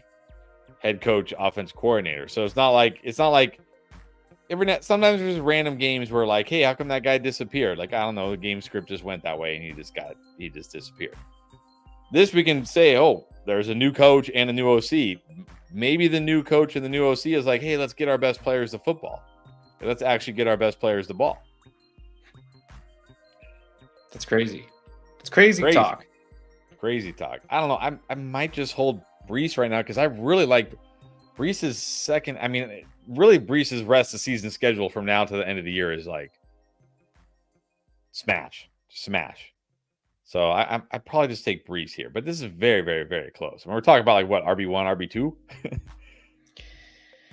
Yeah, I mean, that's the thing. You're saying if we can pull it off, but I mean, does this really make your team significantly better or even better at all? Not really. So, no. Mo is deep at receiver. Needs to upgrade at quarterback. All right. Offers are Debo and Cousins for Burrow. Debo and Cousins. Well, you have Cousins. Why don't you just start Cousins? Exactly. That's why I'm shaking my head. I'm just going to roll with Cousins. I'm going to be like, thanks for the offer, but I'm just going to roll with Cousins. I'm good enough with Cousins. I don't need to give you Debo. Now, the second one is interesting. Coop, Adams, and Debo for Lamar, Nico, and Tyreek. I think I would take that one. I would take different. that. That's different Yeah, because all of a sudden we have 2 elite receivers thrown in the mix. That's a whole different thing. Right. Yeah, I would do that one. I would do that. Yeah. Now, I would do that. Any of these receivers for Kelsey to upgrade at tight end? Neighbors going. Maybe Downs or Pittman. Yeah, somebody's willing to take him. Somebody who has Kelsey giving him up to get like Josh Downs, probably not. Probably not. But that's what I would do. If they say no, they say no. Fine, no big deal. Right. I'm not giving up like Godwin or Neighbors or somebody like that for Kelsey. No. But you can do that second one because you're getting Hill and Lamar. That's good. All right, Dustin Forsberg got Mahomes and Purdy, HN, Mostert, Downs, Hopkins, Juju, Dowdle, Ferg, CD, DJ Moore, Olave. Sitting at 2 and 4, what to do? I mean, yeah, I see why you're 2 and 4. I'm not saying that to be mean, but like Achan's been mostly, Achan's been underwhelming. Downs missed a lot of time. Hopkins has been terrible. Juju, I doubt you started Juju last week. Dowdle's was down most of the year. CD hasn't been CD. DJ Moore's been up and down. Olave's only had a couple good games. I certainly see why you're 2 and 4. I mean, what can you really do here, though?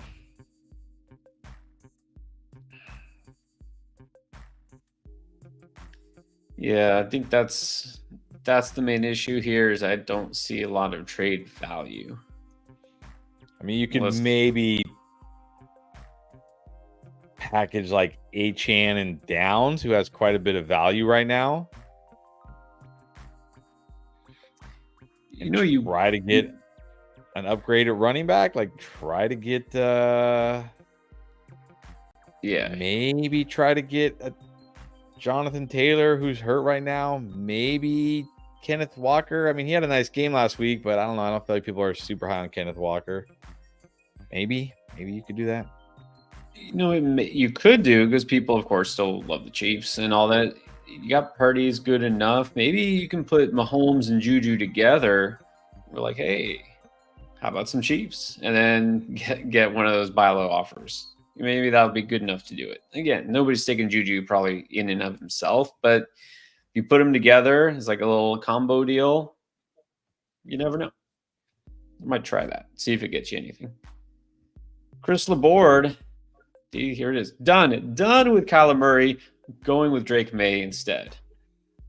Well, I always say this about you, Christopher. If nothing else, you have your convictions and you stick to them. He does. That wouldn't be my move, but I will say I do like Drake May this week, though. I do like Drake May this week. It wouldn't completely shock me if Drake May was actually better than Kyler Murray this week. Well, yeah, actually this week, because Kyler Murray gets the Chargers and could be without Marvin Harrison. So you know what? Go for it. I don't know about cutting Kyler Murray and just rolling with Drake May. I wouldn't do that, but you could do it this week and see what happens. All right, CJ De La Cruz wondering what receiver, healthy or not, could I trade Debo for? So we're just offloading Debo? We're just tired of Debo? I mean, okay. Maybe Terry McLaurin, maybe T. Higgins, maybe Devonta Smith, DJ Moore, guys like that, maybe. Yeah, all very fair. High-end wide receiver 2 types for fantasy, sure. Don't know why you want to just get rid of Debo, but sure. All right, let's help Soto grower. Connor or Chubb? It's got to be Connor. Even if Nick Chubb is going to be activated this week because I think they have to, but that doesn't mean Nick Chubb is going to play. They could rule him out, but even if he plays, he's going. Look at Look at Breece Hall last year at the beginning of the season. Was very limited. Look at Javonte Williams last year at the beginning of the season. Was very limited. Look at Saquon Barkley the year he came back from ACL. Was very limited. I'm talking about early. Look at Jonathan Taylor last year when he came back from his ankle. Was very limited. Even if Chubb plays, what is he going to get? 5 touches? Maybe 8 touches? Like, he's going to be very, very limited. They have to be very careful with this guy. They have to really ease him into action. He had a major, major knee injury. You can't just throw this guy out there and give him 20 touches. It's Connor. It's Connor. Definitely not Chubb.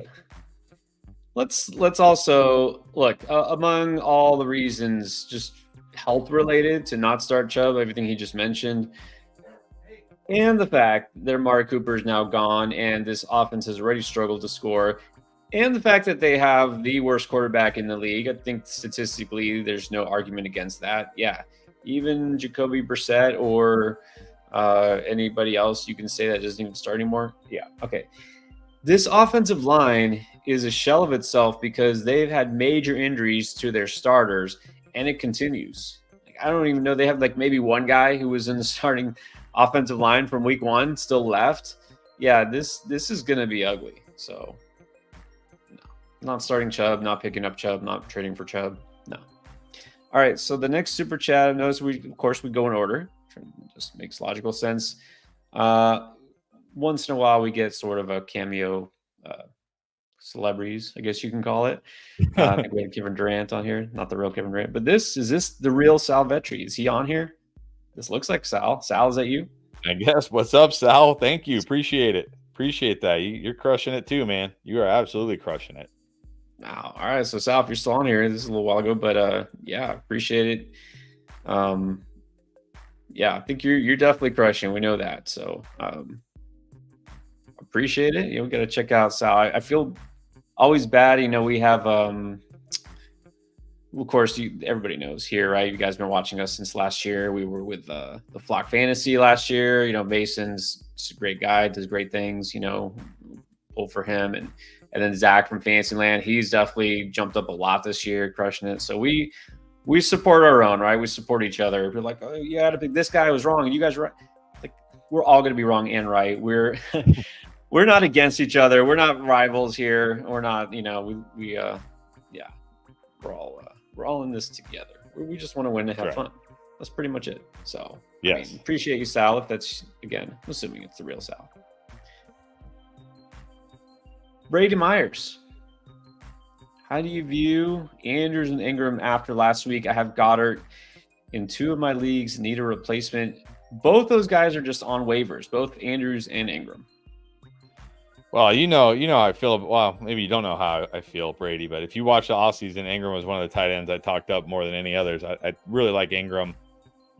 I think Ingram's going to be great. I have no worries about Ingram. I'm still on the fence about Andrews. I know he's been pretty good the last 2 games, but man, I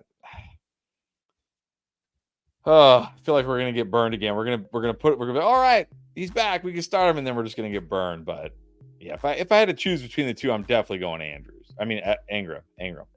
Yeah, Ingram again. At this point, why is he on waivers? What are we waiting for? Let me see him have another couple of 100-yard games first, and then we'll add him. I mean, yes, it's Ingram. Cerulean Dog. This is a good point. We talked about the Fields thing earlier. Something about pick compensation. If Fields plays more than half the snaps, that would explain a lot. Didn't know about that. There's always a reason. Yep, there it is. There's the reason, which I'm surprised because I don't feel like the Steelers would care more about winning than a 4th round however you pronounce that word, pick. Compensatory? Is that how you pronounce it? Compensatory pick? Yep. Wow. But hey, that's very interesting to know. I'm still not sure if this is Naja's most. All right. Up? Peace and blessings as well. All right, got offered. Yes, Metcalf, Olave, it's likely for AJ Rashawn and Audric Estime. All right. Didn't know he was in trade offers. I mean, I think you got to take the Metcalf Olave side here. Yes. Oh, look, it's I don't even basically know. the I first mean, two okay, receivers yes, for AJ Brown, right? yeah, I prefer AJ Brown to Metcalf, but it's not like a massive difference. When Olave is back and Derek Carr is back, he'll be great. Like Rashawn Johnson, Audric Estime, like those are just flyers. You got to take the Metcalf Olave side here. Yes, take the first side. Also, thoughts on Myers and Tillman. All right, so Tillman is a name. So don't blame me if you don't know. You have a little bit of Cedric Tillman in your underdog best ball drafts, and you kind of like Tillman as a deep sleeper. He might actually wake up at. I mean, again, if Deshaun Watson gets benched. Yeah, I did draft some Cedric Tillman late in best ball, but I've not been impressed with Cedric. But I mean, again, maybe it's not his fault. Like, but I'm sure it's, I would definitely prefer Jacoby Myers. Like Jacoby Myers prior. I mean, I wish I could just pull this up like instantly, but I have to actually go through and type in the things, and it takes a while to load. But if you look at Jacoby Myers, how many games did Adams play? 2 or 3? 3. This He year, played 3. I feel like it was just 2. That was 3, because remember he had a bad game, a good game, and then a bad game, and then he decided he didn't want to play for the Raiders anymore. That's gonna do it. But anyways, I'll pull up the data here. It's taking forever because my computer's slow and I mess up like I just did right now. But Jacoby Myers has like an insane target share and first read percentage in the games Davante Adams hasn't played. So I know it's Aiden O'Connell. They might go back to Minshew at some point as well if Aiden O'Connell keeps playing this bad. So I definitely would prefer Myers to Tillman if that's the question here. Yes, Tillman. I don't think I will probably talk about Cedric Tillman beat the breakout as a stash for this week. But I wouldn't put him over Myers. Tillman in a deep league. All right, Daniel Hart needs running back. Running back 1 is Chuba. All right, traded Debo for Monty. I think that's fair. I think it's fair. Hoping Tyreek 2 and 4 took a risk. Nah, I don't think that's not a mistake at all. Definitely not a mistake. And you know what's nice about this is Monty has already had his bye. So that's you true. Just have Monty's in there every week rest of the season for you now. So definitely not a mistake though. Nah, you shouldn't feel bad about this at all. Yeah, I mean Chuba has been great, but really still more like an RB2 type. And again, Jonathan Brooks is going to play pretty soon. Tyreek and Higgins, I know you're 2 and 4, but yes, as soon as Tyreek gets back to actually being an elite receiver with your help at running back, I think you'll be fine. So not a mistake at all. All right, the mystery is solved. The mystery from a while ago. Tony Manero, Boomer's reference. Apparently that's the character from Saturday Night Fever, the one with the... I have never seen that. I've never seen that movie. Never seen it. Well, actually, I haven't seen it either. I've seen like the clips of it, but I've never sat down and like watched the whole thing. And I've seen a lot of movies, but I don't know. Never felt compelled to. Gabriel, good evening. All right, picked up Geno because Mahomes is on bye. Rest of the season we like better. We're going Geno versus Mahomes here.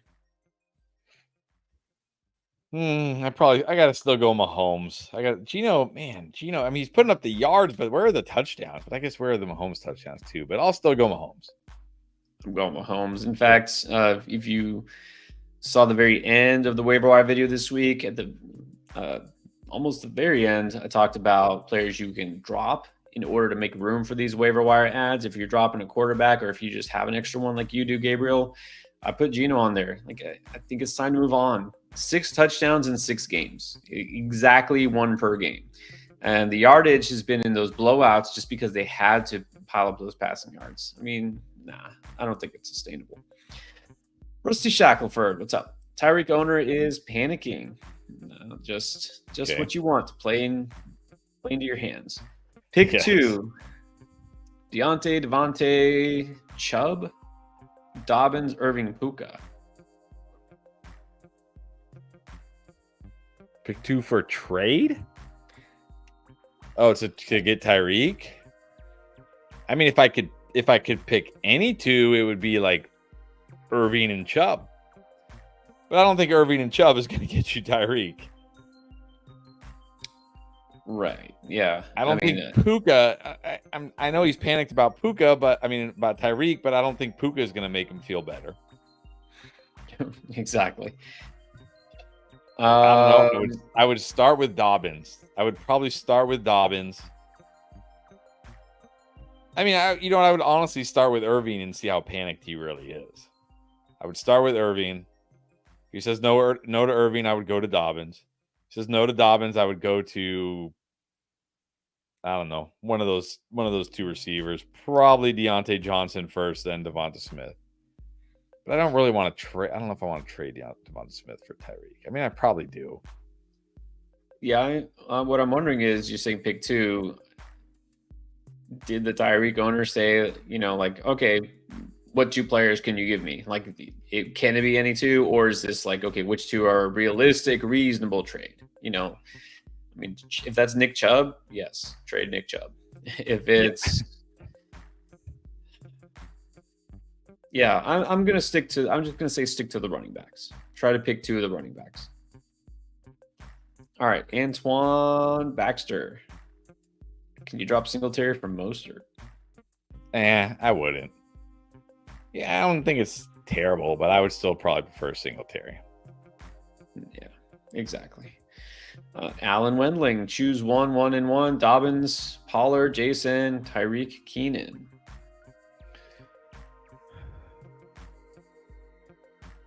All right, Pollard's going to be the running back. Dobbins is going to be the flex, and I think I still start Tyreek Hill here. I know Keenan had those 2 touchdowns, but that was.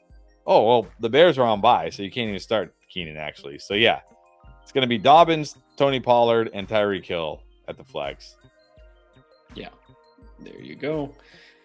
Rose Martin. Okay, so we did, of course, at the very beginning talk about Davante Adams trade, Garrett Wilson, all that. Maybe did not spend enough time on Allen Lazard. Allen Lazard probably. Mike Williams takes the biggest hit here. They already said, hey guys, Mike Williams is up for a trade. Who's trading for Mike Williams? Yeah. But anyways, I'm sure some team will. But Allen Lazard also has to take a big hit here because Allen Lazard's did I see this right? Allen Lazard is the wide receiver 11 on the season. What? What is going on? But he definitely takes a hit here. He definitely takes a hit. Flex at best. Because Mike Williams, even if he gets dealt, how many targets was Mike Williams soaking up? He wasn't. So I don't think it really does a lot for Allen Lazard. So you don't have to drop him, but don't expect to start him unless you really are desperate. Prodigy. RBs or Gibbs, B-Rob, Najee, Bigsby. Would you trade B-Rob and Zay Flowers for James Cook and Josh Downs? No. Go for Achane? No.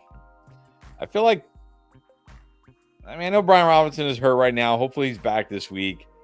But I feel like Zay Flowers is just good enough, and so is Brian Robinson when he's healthy. I think I would just prefer those 2 guys. I have to risk it with this Dolphins offense. Yeah, I'm not definitely not doing that first deal. Yeah, exactly. B-Rob has been good. Washington's offense looks good. I'm not trading away B-Rob unless I'm clearly getting an upgrade. HN could be, but again, I don't think you need to do this. Justin Kaprowski got Mason Love and Pickens. All of that for Lamb. I'd do it. Because I'm going to assume, because again, we're talking about Mason. Who knows how long he's a starter for? I already talked about Pickens. Yeah, maybe Russell Wilson is the guy who can unlock George Pickens. You know what he needs? He needs Mason Rudolph back. Apparently, Mason Rudolph is the only quarterback that can unlock George Pickens. And I assume if you're going to trade away Jordan Love, you have another really good quarterback that you're fine with. So give me Lamb here. Yeah, it's a 10-teamer. You could find a quarterback, I'm sure. Exactly. This is the time to trade Mason. Pickens, whatever. You're going to CeeDee Lamb. Do it. Why not? Get Lamb. Conscious Machine. Walker or Monty, rest of the season, wants both lines. Do you? I know I was just raving about Monty, but I still prefer Kenneth Walker. The biggest difference here for me between these two is the pass catching. It's not even close. Like Kenneth Walker. Well, first of all, Kenneth Walker is the workhorse running back in his offense, and Monty is still splitting with Gibbs. But Kenneth Walker right now is 10th among all running backs in route percentage, and has this updated? I feel like this hasn't updated. That says it has. Where is he? Well, remember, he missed 3 games, so you got to look at like his targets per game.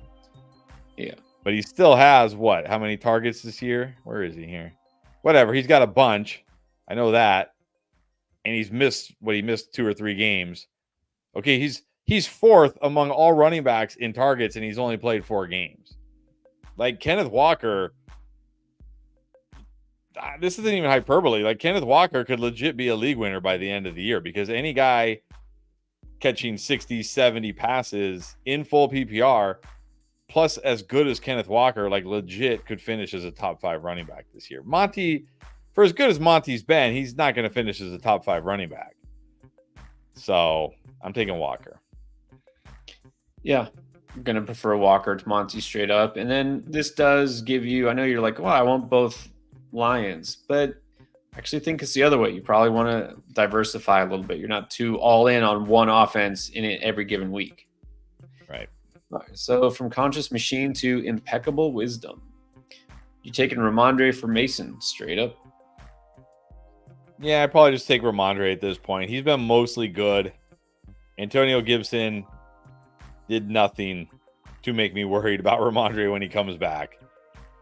I'll just take Ramondre at this point. Yeah, I think I would take Ramondre. It's a good buy low opportunity for Ramondre right now. Mm-hmm. All right, and then HM, see below. I see below. Half PPR, 10 team. Here is the squad. Do I need to try and get a better wide receiver 1? DK, I guess, is the number 1. Olave's hurt. Deontay, Pickens, Addison. Puka. I mean, you could, like, but we're talking guys like what? Like who's ahead of DK Metcalf right now at wide receiver? We're talking like guys like Chris Godwin, Drake London, Nico when he's healthy, Tyreek when he has Tua, Neighbors, AJ Brown, Sun God, CD, Jamar Chase, Jefferson, the usual suspects. Are you going to be able to get one of those guys? I mean, maybe if you packaged DK with like a running back, but then like that doesn't really help your team. Well, it always depends on the league and who's got what player and what they think about him, but try to get Tyreek Hill. We've just seen how many comments people are like, can't wait for Tyreek Hill, tired of Tyreek Hill. Try and buy Tyreek Hill. I mean, I don't feel like you need a receiver because you've got good receivers, but it never hurts. And again, it's a 10-teamer. You need 2 quarterbacks. If you can get a stud receiver for JD plus Addison or something, sure, do it. At least that's what I would say. Do you feel like JD's just, I'm not trading him, period, or? No, if somebody's like crazy for JD and is going to give me like, yeah, I'm going to get a stud wide receiver and I have to give up JD and whatever, running back or wide, I'll do it for sure. All right. There you go. All right, Julio, run the CMC. Will you drop Kincaid for Ingram? I mean, I prefer Ingram. I don't really want to drop Kincaid, but I guess if Ingram is still out there, I guess I prefer Ingram. Yeah, I would do that, especially now Cooper going to the Bills. I don't think that can help Kincaid. Chase Brown for Darcy. Tracy? Is that Tracy? That's supposed to be Tracy? Maybe.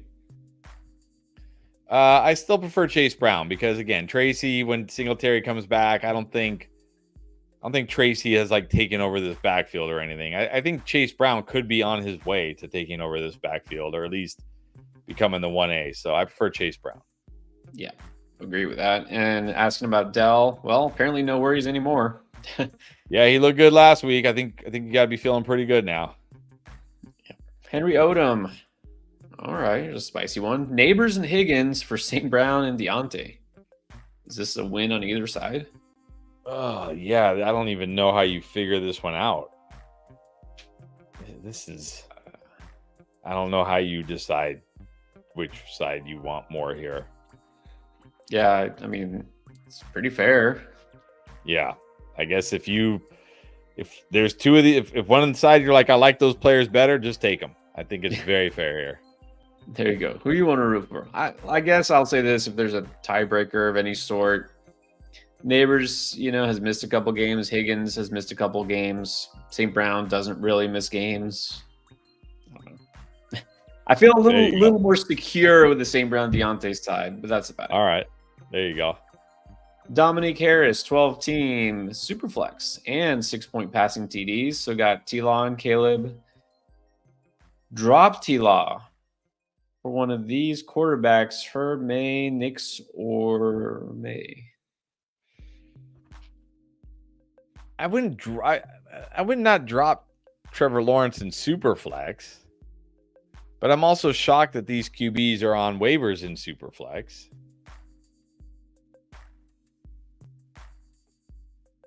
I mean, if Caleb is on bye and you need a quarterback, like I think the way I'm reading this, I'm going to assume these are your second and third quarterbacks, right? You already have a stud quarterback. I would like to start May over T-Law, but I know you probably will say the same thing I'm about to say. Can you drop somebody else instead of a quarterback? Exactly. Because, I mean, it's not like Drake. We've seen one star from Drake May, and he was okay, but it's not like Drake May was perfect. Like, yeah, you don't have like a running back at the end of your bench or a wide receiver at the end of your bench. It's just like okay that you could drop instead of a quarterback. Yeah, I mean, if you really have nobody else to drop, sure, I would go with May, but try to drop somebody else. Short season. Love when he starts like this. How dumb would it be to trade St. Brown for Bijan, Hall, or Williams if I have blah, blah, blah, blah, blah? I mean, it's not dumb. Get an elite running back is never dumb. Yeah, it's not dumb. It's not dumb. I think it's fine if you need running back. Yeah, it's not dumb. Who would you prefer, Bijan or Brees? I gotta prefer Brees.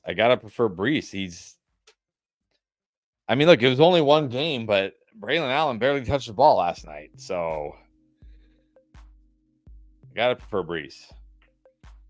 I think I'd prefer Kyron to Bijan even, because again, Kyron. I mean, I don't know. We did see Blake Corum get a little involved before the bye. Maybe he gets more involved out of the bye, so I probably prefer Brees over both. Yeah, not dumb at all. You've got four. Look, you don't have one of those guys who stands out as an elite fantasy receiver anymore. So what? You have four very good receivers. Stephen Cotto now trade Mason for Adams to get Adams. If you can get Adams and Bigsby, I would definitely do it. Yeah. I think trading Mason for Adams is okay now because there is first of all, he's hurt. We don't know what his status is, but there is real risk that, we do see CMC at some point. And even if they do limit CMC, it doesn't mean it's still going to be a hit to Mason. Yeah. So I mean, if you can get Adams and Bigsby, I'd definitely do it. I guess for Adams, it's okay. For Adams straight up, it's okay. Yeah. Ask for Bigsby for sure. All right. Country Connected says he just can't decide. He's asked this over and over and over again. Davante Smith and Najee for Achane.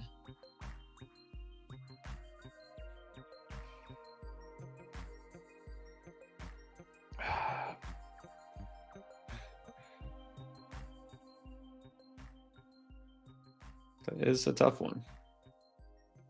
I know. I don't want to get too caught up in what Najee did last week. Like, oh, this is it. But I do like Devonta Smith a lot. If you trade, so okay, you got Jamar Chase, Olave, Garrett Wilson, DJ Moore. I don't know what your running backs are. I don't know. I might just hold Smith and Najee. Yeah, I like Davante Smith enough. Yeah, I just feel like it's a very risky move. I mean, nothing wrong with taking chances. I don't know. I don't think I would do it. All right. Freaking Najee. Chris KD. Two big questions. Isn't that exactly, I think, what I texted you after saw Najee make that touchdown run, and I texted I just freaking Najee. Traded Marvin Harrison and Nick Chubb for Tyreek. I think that's got to be a win.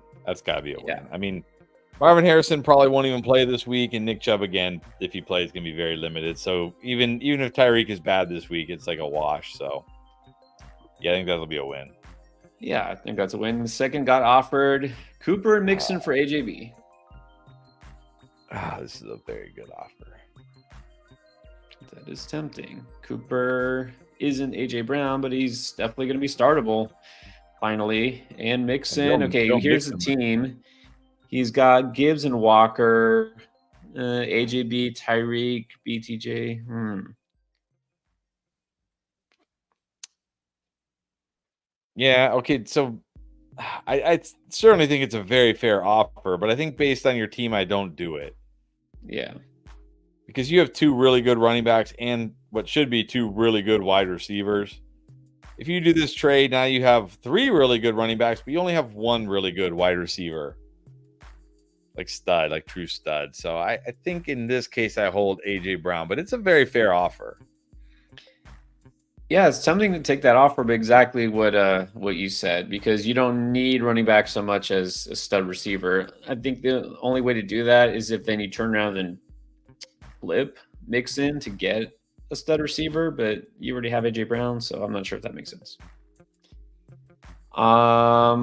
Possibly a celebrity cameo. I don't know. Quincy Jones. I don't think. All right. Yes, actually, I have a link to the Discord. I have a link. 1 second. All right, we'll put that up in the chat. It in the chat. Yes. All right, thank you, Quincy. Yep, it's coming. Yes, a couple times. All right, Sandy McMurray. Got Bowers. What to get for Laporta? Well, now it's got trade value again because he actually scored and did something. I think this is a smart move, but what realistically can Sandy get? Yeah, I like your thinking here. Buy low on Olave, buy low on Brian Thomas. Maybe buy low on Cooper, buy low on Waddle. Maybe buy low on Brian Robinson. Maybe there's still a buy low on Dobbins or Pollard. I think you could get those guys for Laporta if the team that you're trading to really needs a tight end, which they probably do. Yeah, when it's something like this where it's a very specific position like tight end, certain teams will and certain teams will not need that position.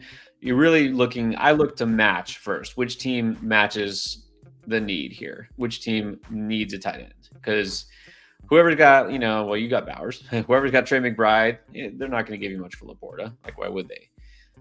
So, yeah, look for the teams that need Laporta. Let's see what they have. Mario Vences, HN Mixon, best running back waiver wire pickup in case of injury or bye.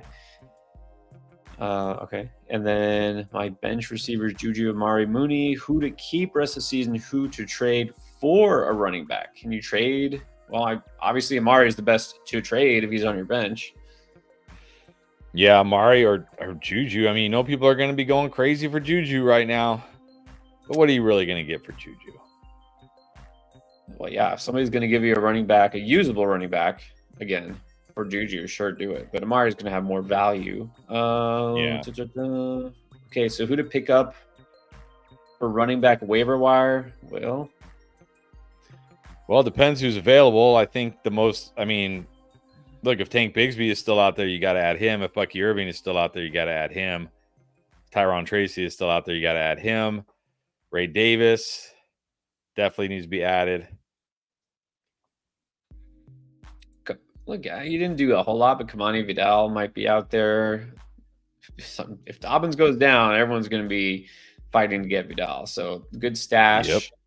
Again, you're saying in case of injury, not just injury to your running backs, but injury to, the starter behind those guys. And since you have Achane, Jalen Wright makes sense as a stash. So there you go.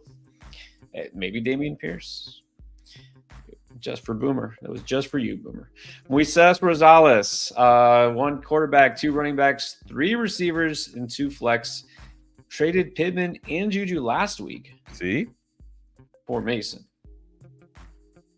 Should I target Garendo or Shanto? I think you got to go Garendo, especially since you have Mason. I think you got to go Garendo. Yeah, that makes the most sense. And I will say it's not a bad trade. I'm going to keep saying it. I think this is time to trade away Mason if he has value enough that I can get another running back, and I guess in your case, because you need a running back. I think I would do it now. Iron Ghost. Chase and Cooper for Lamb, Pickens, and Keenan. I don't think so. Like Chase, Lamb, that's comparable. But again, I just talked about Pickens, Keenan. Give me Cooper. I'll gamble on Cooper on the Bills. I'll take the Chase Cooper side. Yeah, I mean, I think let's just say Chase Lamb. It's pretty much even, right? Pretty much even. Yeah. Chase and Lamb. Exactly. Okay, so Cooper, Pickens. We got to lean Cooper unless Russ is the key to unlocking George Pickens' fantasy value. Maybe. But no. I'll take my chances with Cooper and Josh Allen. Yeah, take the chances with Jason Cooper. Elmer Sanchez.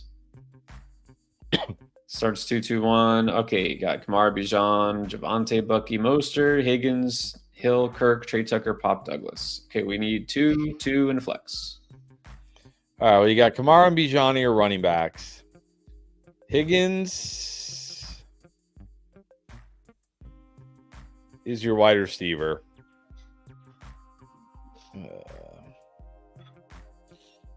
I'll say if Rashad White is out, I'll flex Bucky.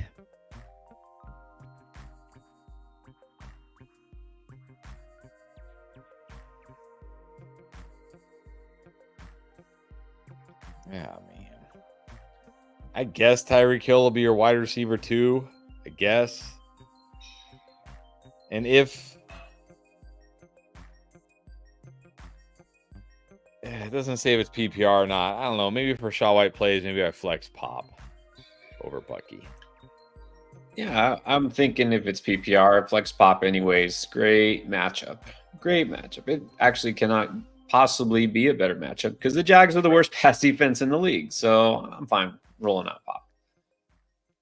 All right, here's an interesting one. We'll get back to the super chats, but Frankie Knuckles, what's up, Frankie? BTJ for Bowers got St. Brown, Deontay Dell, yes or no?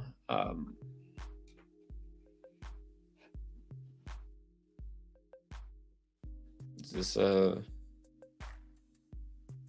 I mean, it's very rare that I'm going to say take the tight end.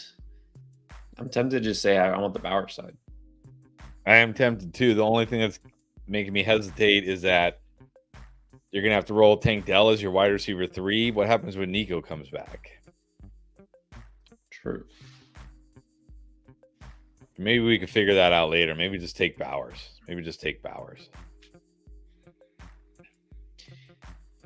If you're, and again, you're saying 4 Bowers, I assume you get Bowers. I think I want to do it because he's already the tight end one. I was like, yeah, I'm in on Bowers very late in draft season. I'll admit, but I was like, okay, I'm in on Bowers because I really think in the second half he could. He already is. Like, what are we waiting for? He's already the number 1 tight end. He's just going to get better. So, yeah, Just give me the Bowers. Scott Vincent. There it is. The rage because he didn't play on Monday Night drops. Somebody drops James Cook. Yeah, pick him up. Yeah, what the heck? And I put these out there as a weekly reminder. After your waivers run and you pick up whoever and drop whoever, go back and look at not just who you got. Go back and look at who your league mates dropped, because this happens every week. Not in everybody's league, but somebody will do something pretty stupid. All right.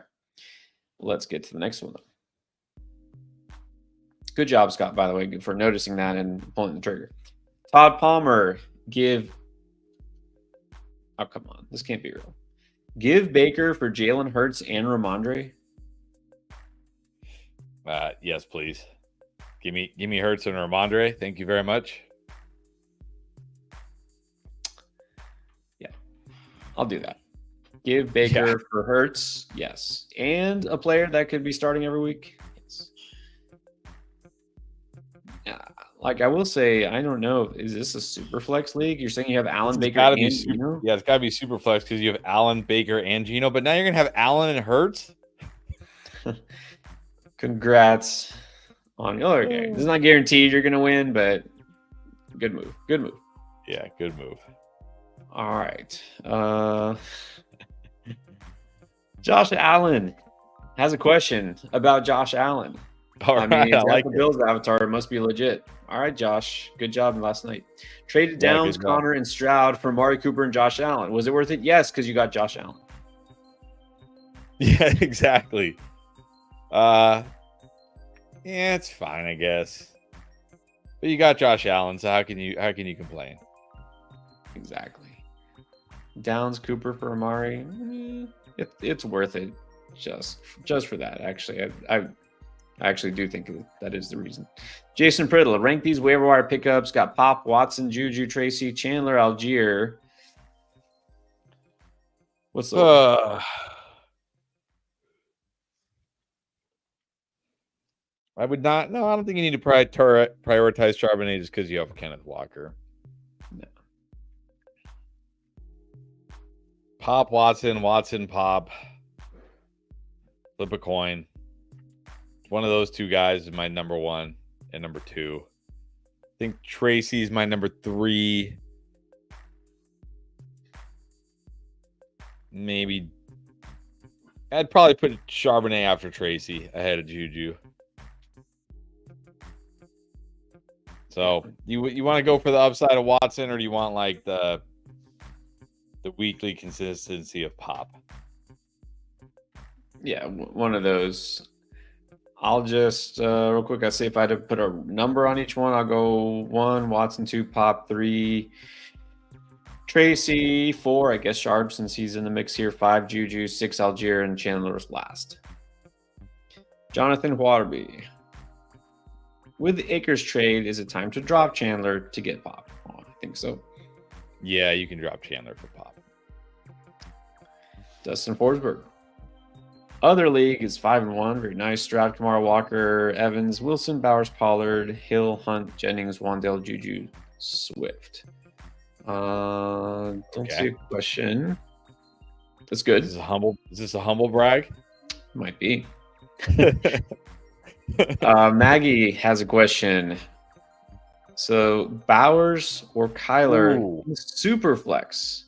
You can't just start Bowers at like tight end. Who's your tight end? That's what I would ask you, Maggie. Who's your tight end? Like, are you starting like Laporta or somebody like that on tight end? I would probably just bench them and play Kyler at super flex, Bowers at tight end. But if for some reason you have some unbelievable, like if you have maybe 2 Brock Bowerses, so you get to play Brock Bowers at tight end and super flex. I don't know. But I think I still got to go Kyler in super flex. It's not like this isn't like Bowers or Aiden O'Connell or, Bowers or Spencer Rattler or something. This is Kyler Murray. Like, yeah. I'm still putting Kyler Murray in my super flex. Yeah, I think you have to go Kyler Murray here. But, man, surely there's someone you can put Bowers over. Jason Priddle, right, by the way, is not humble bragging whatsoever. This is just complete. I'm undefeated, 6-0. Remember, he did the roster block. picked up Ray Davis and Ty Johnson. That actually turned out to be a That very was smart big move. because if your opponent would have picked up Ray Davis, you would have lost. And well done. Total Well in-game done. move there. Well done. In-game strategy for the win. Big Luscious. What is up, Big Luscious? Yes. Yes, Big Luscious, I would do this. Absolutely. Absolutely. Harrison and Dobbins for Walker and Smith. Take Walker Smith. Yes, absolutely. Yeah. Well done. Another very end game move there, making the smart trades. JR Fuentes, 10 team. Purdy Dak, Kyron K9, Connor, Hunt, Irving, Ayuk, Godwin, Hill, Wandell, Shakir, Jameson Williams. Could say that. Kelsey Hawk. What do I need? This is a 10-team league. We could always use a stud receiver. Yeah, but he's got Godwin and Hill eventually at some point. I mean, you could definitely, yeah. But I mean, what are we going to do here? Like,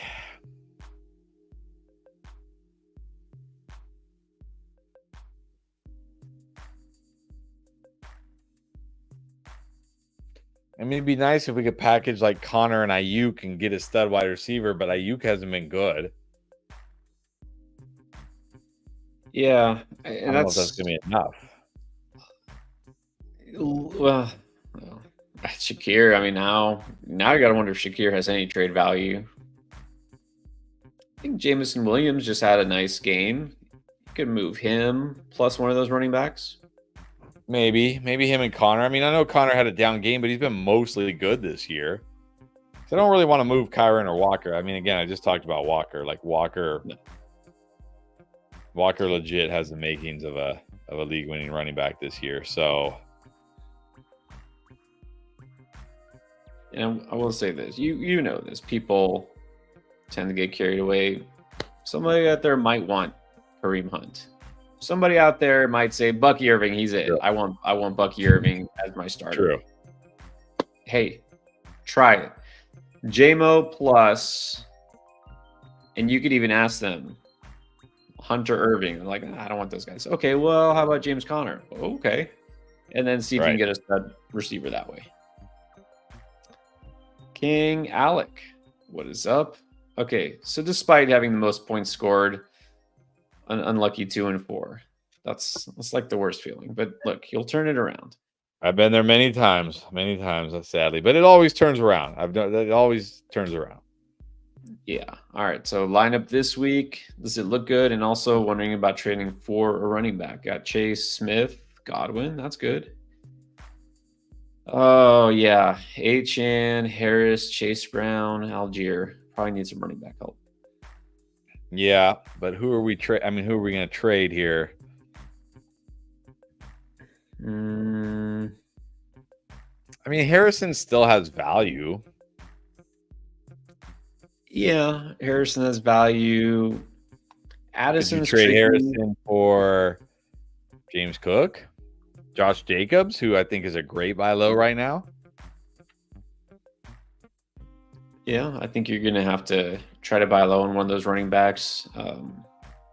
Again, when you do this, you don't always need to say, I'm going to get Breece Hall. I'm going to get Jahmyr Gibbs. That's not realistic, but also you don't need to aim that high. Buy low on somebody who's kind of like that high-level RB2 that can still be a weekly play. Achane, just hold for now.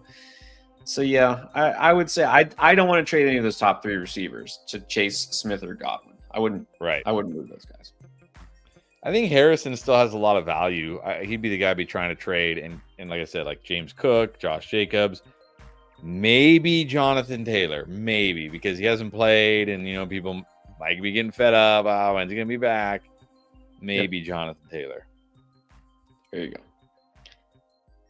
And the lineup for this week, those first 3 receivers, yes. What about running back? Achane and Harris or Chase Brown? Or Harrison Brown? Oh, man, I really don't want to chase Najee Harris again. Let's see. Najee gets the Jets. Chase Brown gets the Browns. Achane gets the Colts. I think I still roll with Achane. I think I go Achane, and I don't know. Maybe Najee. He's getting the touches. It's close between him and Chase Brown. Jets run defense. I mean, Jets defense as a whole just doesn't look that good, honestly. This is true. Yeah, based on the matchup, I'll still play Achane, then between Chase or Harris. Close. Anthony G and Dynasty Superflex, Addison, Watson, Shakir, or Worthy. It's either Addison or Watson. Addison gets the Lions. That's really good. Watson gets the Texans. That's okay. I'd probably go Addison. Yeah. Yeah, I'll go Addison here because I do like the matchup there. I like Darnold as a streamer because I do think they're going to have to pass the ball a lot to keep up with Detroit, but also, Detroit's defense gives up points to wide receivers more than anything. Yeah, I think Addison is pretty solid here. Shakir did not look, besides not putting up any points, just did not look right. It's not really so much about the Amari thing. I just don't think he's fully healthy. All right, you remember Dominique Harris asking about dropping T-Law despite 2 QB league. It's a 2 QB limit. That's why all those guys are out there. Well, then I guess get me. If it's a 2 QB limit, I guess get me. I actually don't hate that rule. I mean, I think the 4 receiver limit one was kind of weird. There's plenty of receivers. I kind of like the 2 QB limit thing because then somebody can't just hoard quarterbacks because there's only so many. So I think this makes it a little bit more strategic. So I actually don't mind that rule. And I say that because, I don't always get my waiver claims in time just because we're so busy during the football season. And the Superflex leagues we're in, there's absolutely nobody. So every league I have Tua. I couldn't even pick up Tyler Huntley, even if I wanted to, which I didn't. So I've been super flexing like random streaming wide receiver every week, waiting for Tua patiently to come back. Not tilted at all. It's my own fault. John Meyer in the 2 QB league as well. Have Geno Baker, AR, and Fields picking up Bo Nix instead of Fields. Might as well. Doesn't sound like Fields is starting anymore. You might as well. Yeah. Not that I love Bo Nix, but at least he's playing. Keith is in the house. What's up, Keith? Got an offer of Ayuk, which, by the way, anybody like Quincy Jones is asking about the Discord. Keith will definitely help you out if we're not always in the Discord. We definitely answer all the draft lane questions. Keith is a very smart man. He can help you out as well in the Discord. Got an offer of Ayuk for Jacoby Myers, and you don't want it. Yeah, I think I still got to take Ayuk here. I think I still got to take Ayuk. I mean, yeah, he's been a disappointment. Okay, acknowledge that. A headache, kind of. But are you sure Jacoby Myers is going to outscore him the rest of the season? I mean, Ayuk is in the Niners offense. Jacoby Myers still catching passes from Aiden O'Connell. So, yeah. At the very least, here's what I'm thinking. Okay, take this. And you really don't want to deal with Ayuk, we'll trade him for somebody that you don't hate. Right? He still has some trade value. Right. All right. Anthony G, who's a member. 3-3 trade CMC for Tank Dell and Ramondre. That's a tricky one. It is a tricky one. I feel like I might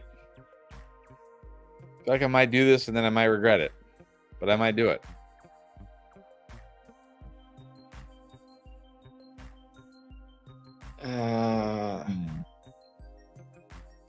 Let's wait. Can you wait and see if Ramondre is playing this week at least?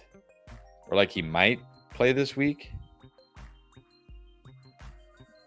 Yeah, that's a good point. If you're not going to have him this week.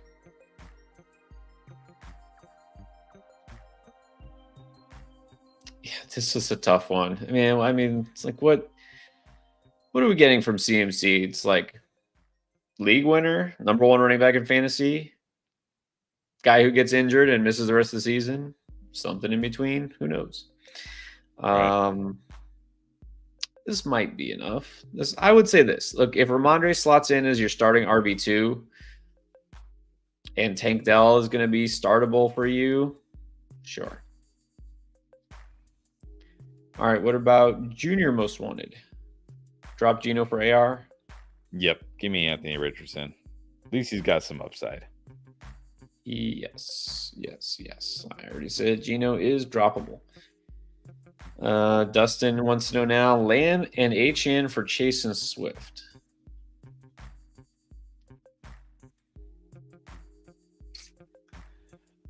I mean, this should be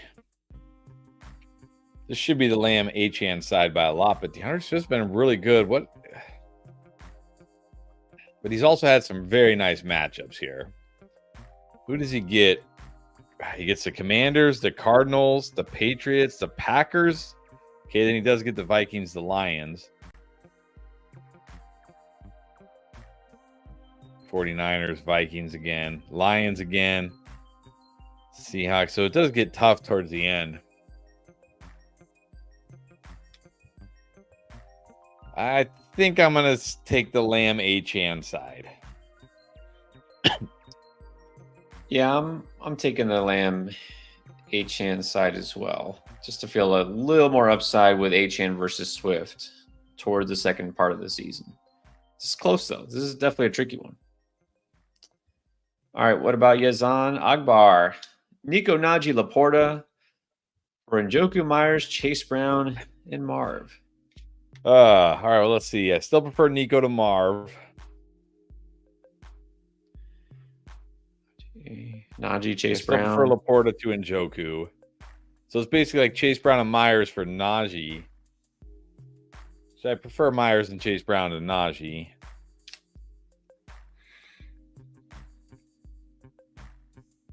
I don't know. I think I'm just taking the Nico side. I feel like it's got more good players.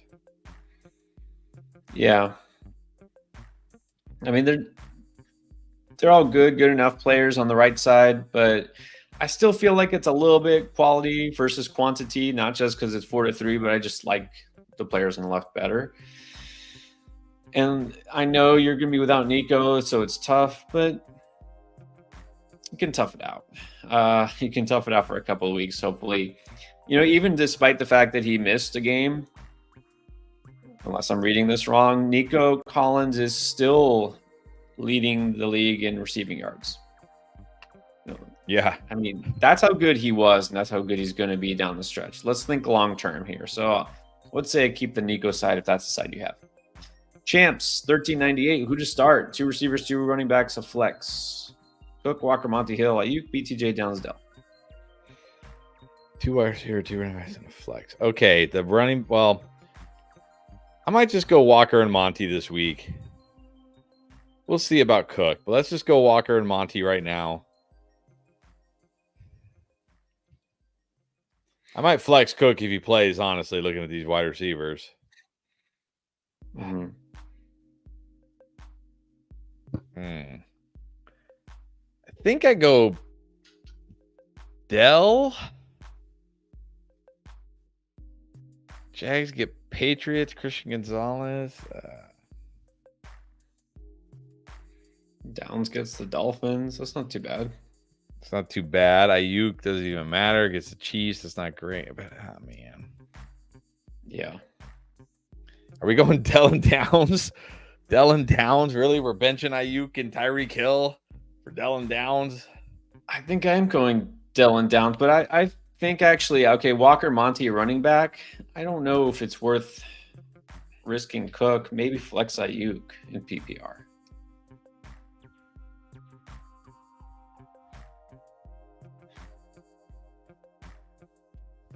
Dell and Downs. I like Dell and Downs. Yeah, it's fine. I don't really feel great about any of that. Maybe Brian Thomas over Dell. I don't know. I mean, over Downs. Sorry, not over Dell. Dell, I feel pretty good about. It's a good matchup. Dell, I feel good about. The other ones, not so much. So I'm going the 3 running backs, assuming Cook plays. Dell, and I would probably go Brian Thomas, honestly. just because Anthony Richardson is back. I feel like he's got the upside. So I'm going to go 3 running backs, Brian Thomas and Dell. These are all pretty close. It's, again, funny and in a sad way that the one we're not even talking about is Tyreek Hill. He's like, I can't start that guy. But one more week, hopefully. We're going to differ a little bit here. I'll say Walker, Monty, Dell, Downs, and reluctantly Ayuk. Sorry to make that hard, champs. All right, Trone is 2-4. Hopefully you get cut back this week. Suggestions here: JD, Tyreek Cup, Barkley, Monty, and Njoku McLaurin on the bench. I mean, unless you want to go Mooney over Tyreek. I'd probably still go Tyreek. That one is close, though. Closer than it should be, that's for sure. Yeah, I'm not benching Barkley or Monty. I'm not benching McLaurin. Is there anybody I like? Maybe a flex? Like if we move McLaurin into the starting lineup and flex somebody over Tyreek? I don't think so. I think I go with what you got for now. Yeah, what you got's good. Hopefully Cup is in. If Cup isn't in, which is possible, and put Mooney. Blair Davis. Okay. A little off the start-sit theme and waiver theme. Asking how we got into playing fantasy football, and then do you value number projections on players or just the matchups? Go ahead. Well, the second question, I'll say, like I try to take everything into account. Like, okay, what kind of like numbers are the players getting, like as far as touches, targets, carries, the goal line, all that kind of stuff, plus the matchups as well. Like I think try to put that all together and solve the puzzle that's impossible to solve. But as far as how I got into playing fantasy, I really resisted for a long time. Always loved football, but I just loved watching football for the sport of football. And people always tried to get me into fantasy. And I was like, no, I just want to enjoy football. I don't want to sit there and like care who scores a touchdown or who does what. You know what I mean? I just want to enjoy football. To keep the story relatively short, my family started a league one year. I don't know, 15 years ago now or something. I don't know how long ago it was, but they're like, we need you to play. I'm like, I'm not playing. They're like, well, we need 10 people and you're the only one. I said, okay, fine. You can sign me up, but I'm not going to do anything. And I didn't draft. I didn't do anything for 2 weeks. Didn't even know how to play. And one of my clients as a personal trainer, he was big into fantasy football. He was always trying to get me to play. He's like, let me see your phone. And he takes a look at it. And he's like, oh, you should pick up like Tom Brady was on the waiver wire. Like, you should pick up like Tom Brady, Antonio Gates. You should pick up. I remember Antonio Gates. So that tells you how long ago it was. And I was like, wait, let me see that. What are you doing? And he showed me, and I just got hooked, and I became obsessed, and I won the championship, and the rest is history. There's my Cliff Note version. Yeah. And I feel like we tell our origin stories like at least once a year because somebody asks. Right. So we got time. We're not too far behind on chat, so that's fine. All right. Sure. I'll try to keep it short too, though. So I started playing in high school. I think it must have been freshman year of high school because one of my best friends at the time, Pace Weber, we were all football fans, but he was like, hey, let's do this. Let's get a fantasy football league together. We're like, what the hell is that? Like, it's fantasy football. Like you count the point, see how these guys do, and then you count the points. But it was touchdown only. We didn't have internet and things like that. This was in 1991. 1991. Do the math there. So 1991. So break out the newspaper on Monday morning, look through the box score, see who scored, right? And that was it. So we calculated by hand. So it was an 8-team league, touchdown only, manual scoring, and been doing it ever since. Had a home league that kept going for years and years. We actually had a little plaque. And I will never have a better team than my 1999 championship team, which I found the little notebook. I was at home the other day. It was in the summer. A couple months ago, I was at home and I found it in my closet. I have the actual scores manually written from that league. man, right. my Didn't team. you text me that? I did because I was so Yeah. excited. I found it. That was a dominant team. I drafted, not kidding. I drafted Trent Green because he signed with the Rams. I was like, this offense is going to go off, explode. And Trent Green got hurt in the first game of the season, and then Kurt Warner took over. I was like, man, that sucks. Preseason. My quarterback. I was like, well, let me pick up this Kurt Warner guy. The rest is history. Yep. And then as far as how do you value number of projections, I don't look at projections like at all. I go with what has been happening, look at recent trends, look at the deeper analytics and statistics. And then now I really incorporate matchup and projected game script a lot more into my evaluations. I got away from that, I think, too much. And so now I really think that matters. The way the game goes determines so much of what a player is going to do.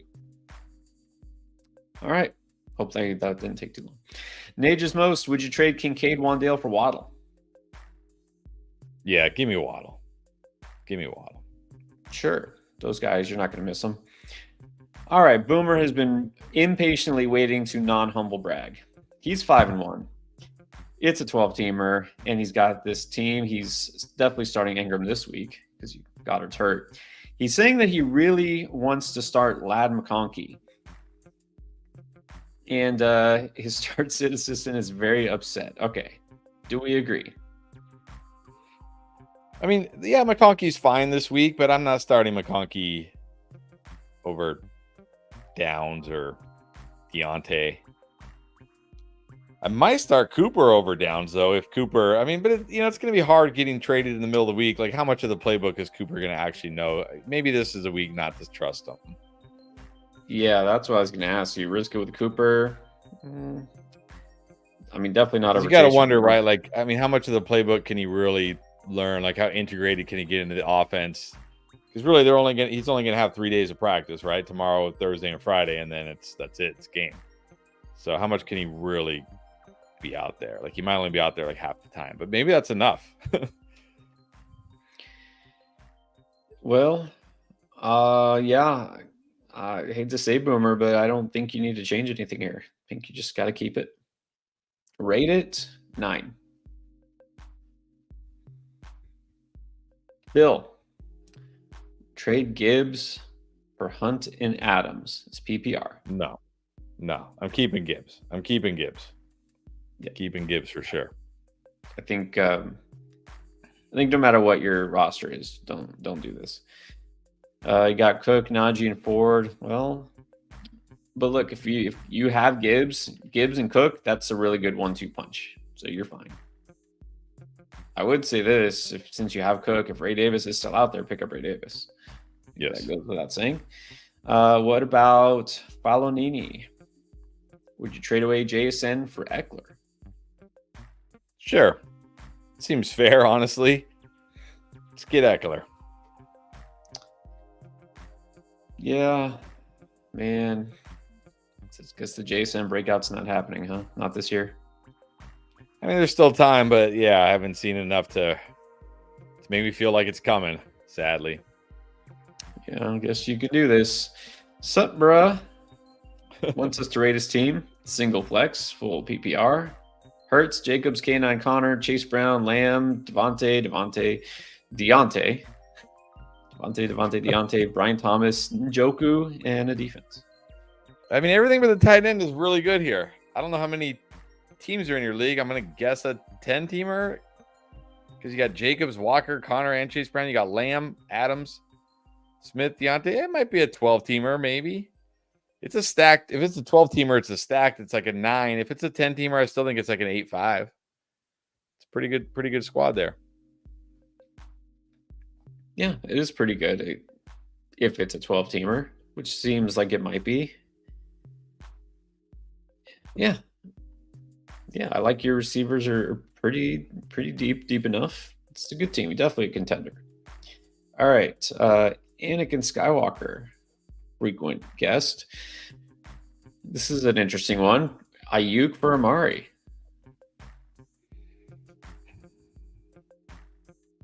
Okay, I couldn't say yes to Jacoby Myers. I might just say yes to Cooper. Let's just gamble on Cooper in Buffalo and see what he can do.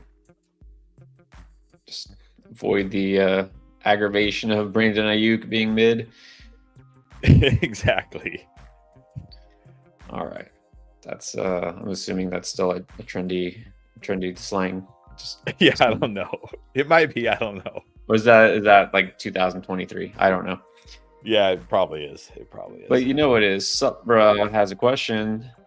Jacobs or Connor with BTJ for Brees. Yeah. If you can package either of these running backs or if you can take one of these running backs and package them with Brian Thomas and get Brees, I'm doing that. Give me Brees. Give me Brees. Yeah, it seems fair. This might be good for both sides if it does help the other team. Not that you care about that, but I think this is a fair trade. You can do this. Ismail. All right. Got RB, Chase Brown, Jordan Mason, James Conner. On the bench is Shaheed and Wandale. On waiver, Javante, Ty Chandler, Braylon Allen, Douglas, and McConkey. Who to pick from the waiver wire?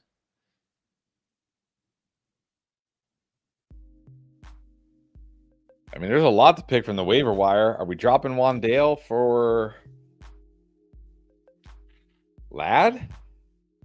I'm definitely picking up Ladd. I actually thought about I was going to put Ladd on the waiver wire video, and then I looked and his ownership was too high. I mean, he was over 70%. I'm like, he's probably not out there in most competitive leagues. But if Ladd's out there, I'm picking him up. That's no doubt. Yeah, I'm dropping Wandale for Ladd. I don't think you can drop Mason, Connor. I don't think you can drop Shaheed. Like, okay, he's got a knee injury and he's got Spencer Rattler right now, but he's been too good. I think I'll drop Wandale for Ladd. Well, they haven't said anything specific. I mean, I really hope we know because they play on Thursday, by tomorrow pretty soon. But they say it's a concerning knee injury. I mean, that sounds like multiple weeks. If it's an IR stint, then you probably could drop Shaheed. But let's wait and get official word here. So if that does happen, then I could drop him for Douglas. So yeah, McConkey definitely pick him up, and then Douglas would be number 2. C Warriors. Amon-Ra, Javante for JT and either Amari or Garrett Wilson. I think you have to do this. I know I don't want to give up Sunga, but you're getting JT and you're getting Cooper or Garrett Wilson. I mean, that's such a big upgrade over Javante. I think you need to take this. And then I don't know if he gets to choose Cooper or Wilson. I mean, I think I probably still prefer Wilson, but again, that might change after this weekend. Like if Amari Cooper, well, I don't expect Amari Cooper to have a huge game this weekend, first game with the Bills. So I probably still prefer Garrett Wilson. Yeah, because again, it will take a little time for Amari to get in the swing of things. No guarantees here. I would do this. I would take JT and Wilson. Yeah. All right. Now this, I know how I feel. Alejandro Diaz. This is another Garrett Wilson trade. Garrett Wilson and Dalton Kincaid for Jettis. Give me Jefferson. Give me Jefferson here for sure. Absolutely. Don't have to think too hard about this one. No. All right, another big offer for Chris KD, Gibbs and Brian Thomas for Davante and J.K. Dobbins. I just want the Gibbs Brian Thomas side. I prefer Gibbs to Dobbins, and I think Brian Thomas and Davante Adams are at least equal. I might even prefer Brian Thomas. I want that side. Yeah, exactly. I don't really think Davante is a big upgrade, if at all, for Brian Thomas. So if you got the Gibbs side, keep the Gibbs side. All right, let's see who's next. Do a few more. Wow. Now no offense, although he calls himself old. His name is Boomer after all. First guy who drafted was Jerry Rice. I played in leagues where Jerry Rice was the first draft pick. So now that I'm basically doing Boomer things, now I feel old, even though I'm not a Boomer. Yeah. You know what I mean? But in our league, it's funny because obviously I grew up in Miami. That's the Dolphin fandom. The number 1 pick was always Dan Marino. Like, it didn't matter. It was always Dan Marino because you wanted Dan Marino. So, let's see. We have Zen. Zen is back. Welcome, Zen. 12-man half PPR traded Baker and Sutton for Tony Pollard. That's a win. I mean, you say you have Hurts. You don't need Baker. Sutton, whatever. You got Tony Pollard. That's a win. Yeah, that's a good move. You didn't need Baker. Wait, then the person that got Baker dropped Kyler Murray? Yeah, pick up Kyler Murray. Pick up Kyler Murray. You just upgraded your backup quarterback while getting Pollard. You basically got Pollard for Sutton. Yeah, that's a big win. Yeah, no, you don't need those other. I don't think so. That's funny. I love how people think sometimes. Anthony Romsberg. Geno or Stroud? I got to go Stroud. I know it's I got to go Stroud. He gets the Packers. Not scared of that. It's got to be Stroud. Definitely Stroud. Broncos D or another one? Yeah, give me the Broncos against Spencer Rattler. Give me the Broncos. Give me the Broncos. Don't overthink it. Nages most again. Last question. Should I send Kincaid or Ladd? I would do that. I mean, if you have another decent tight end that you feel okay about, or you feel okay about what's on the waiver wire, I would definitely do that. Yeah, that's fair. Quail Man. Lamar, Barkley, Gibbs, Deontay, BTJ, Bowers, Mason, a kicker, and a defense. Bench has Burrow, Singletary, Rashad White, Jason. Waiver wire Downs, Hunt, drop anyone? Downs is still out there. I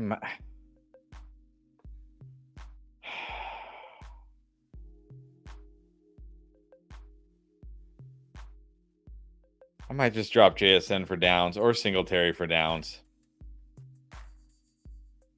Probably JSN, since you're picking up a wide receiver. It doesn't hurt your wide receiver depth. You just go from JSN to Downs. Because you got Gibbs, Barkley, Mason, and then Singletary is your RB4. Well, you got Rashad White, but he's hurt. I probably, and so is Singletary. I probably just drop JSN for Downs. Yeah, I want to pick up Downs. I might drop Singletary for Hunt too, because now Singletary might be in a split backfield, or at least he doesn't get all the carries, and Hunt really doesn't have competition. Like the last time they played, who touched the ball besides Kareem Hunt in the backfield? Carson Steele had 2 carries or something. That's true. I mean, why just do both? All right, the Ismail, 2 earlier questions, needs running back, dropping Wandale for Ladd. And we said, yes, you can drop Wandale for Ladd. Yes. Irina Worthy has Kyler Murray. Clearly not pleased with Kyler Murray. Nobody is. Does anybody like Kyler Murray anymore? How hard should I go after Caleb Williams or Drake May? Well, I wouldn't go too hard after Caleb Williams. He's not playing this week. Yeah, exactly. You don't need to have to go too hard after Caleb Williams. And you have Kyler Murray. You don't need to pick up Drake May. Didn't somebody ask basically Kyler Murray or Drake May earlier? Was it Kyler Murray or was it somebody else? It was Trevor Lawrence. Well, yeah, I'd play May over Lawrence. If you're choosing, it's your team and it's a single quarterback. It's Kyler Murray. I'm playing Kyler Murray. All right. Not even a question for me. I'm playing Kyler Murray. All right. There you go. So not too hard. Drop Dowdle for Douglas. I don't think so. Dowdle, the workhorse in Dallas, and now Mike McCarthy's saying we got to get this guy more touches. I don't know if they're going to, but I'm not dropping a running back like Dowdle for a wide receiver like Pop, even though I like Pop. And it was, it was a debacle for the Cowboys, all right? But it was a tough matchup versus a really strong Detroit run defense. And he got scripted out right away. So don't give up on Dowdle. It's not that he's been bad. It's just everything else is bad about the Cowboys. He still got you 10 fantasy points in that game. That was a bad game.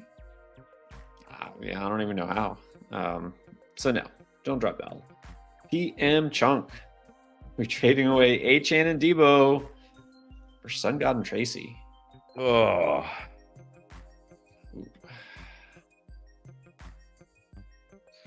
The problem is this is kind of like Achane and Debo for Sun God, because Tracy, it's not like Devin Singletary's out for the season, and I don't think when Devin Singletary comes back, the job is Tracy's. Right. But I might want to do this just to get Sun God, honestly. I know Sun God hasn't been phenomenal so far, but I still believe in him, and let me just get off the Miami San Francisco roller coaster. I might do this just to get Sun God, honestly. Yeah, well, I think if you do this, it's for your sanity, like you're saying. You're like, I don't have to worry about it. I'm starting Sun God no matter what. I mean, the risk here. Here's the thing: it's you can't depend on Tracy to be startable. I'm just going to say rest of season because this week Singletary will probably play and Tracy's going to mix time in with him. He's going to be a flex option, right? I'm going to assume Tyrone Tracy going forward is a flex option and that's it. If he's more, great, but I think HN could be more than a flex. He really should be. So yes, he should be. It really, I'm only doing this if you just don't believe in the Dolphins and HN at all anymore. So I think I prefer the HN Debo side, but again, if it makes you feel better, you can do this. It's not a bad trade. All right.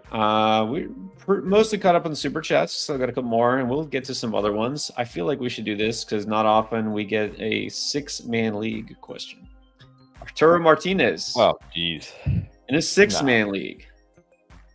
So think, we typically think 12-man. Like I said, take that and cut it in half. Gibbs and Taylor for Mixon. No, this is too much for Mixon. You're talking about 2 stud running backs. No, it's too much for Mixon. Too much. He said trade away. I prefer Gibbs and JT over Mixon. I know Mixon was great again this week, but I still prefer. I'm still going to prefer Gibbs and Taylor both over Mixon. Even if you say like, oh, I think Mixon will be better than Gibbs. Okay, but I still prefer Taylor to Mixon, and you're throwing in Gibbs for no reason. Nah, I'm not doing this. Yeah, exactly. I wouldn't trade either Gibbs or Taylor for Mixon, and you're talking about both. No. Quail Man. Stroud, Henry, HN Downs, blah, blah, blah, bench, waiver. James Cook. Is this somebody earlier said James Cook was dropped? It wasn't Quail Man. This is somebody else. This is another league where James Cook was dropped. Am I right? Yeah, you can drop anybody for James Cook, but my first choice is going to be Caleb Williams because you have CJ Stroud. If you don't want to drop Caleb Williams, you can drop Singletary for James Cook. You can drop Tolbert for James Cook. You can drop Sermon. Get James Cook. Why is James Cook on waivers? Because he got you nothing in week 6. Nothing. Yeah, get James Cook. Whatever you got to do. If it's a fab league, all the fab, all of it. Yeah, all of it. All right. As far as the starters, yeah, I think you're fine. I don't want HN, like you don't feel great about him, but I'm not going to put Sermon over him, even if he's a starter. Yeah, so I think your starters are fine, but yeah, go get James Cook. Let's do, Juan, this is a question I sort of answered earlier. Juan Sacedo. I also had Juwan Jennings at the cut list at the very end of the waiver wire video. Yes. Why? What are we holding on for? We're hoping for Debo to get hurt again? Oh, well, I guess that could happen.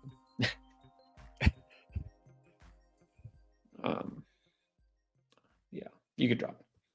Yeah. Anthony Romsberg, Kareem Hunt, or Brian Thomas. In full PPR, I'm going to go Brian Thomas. Hunt is probably your safer bet. He'll get you points. He'll get you touches. But I think Brian Thomas has the upside in full PPR. Yeah, look, Hunt is going to get you points, right? Not a great matchup, though, on the road against San Francisco. It's fine, but go for the upside here. What? This can't... What? All right, try to make sense of this. Ricardo Andrade saying this week is his Super Bowl.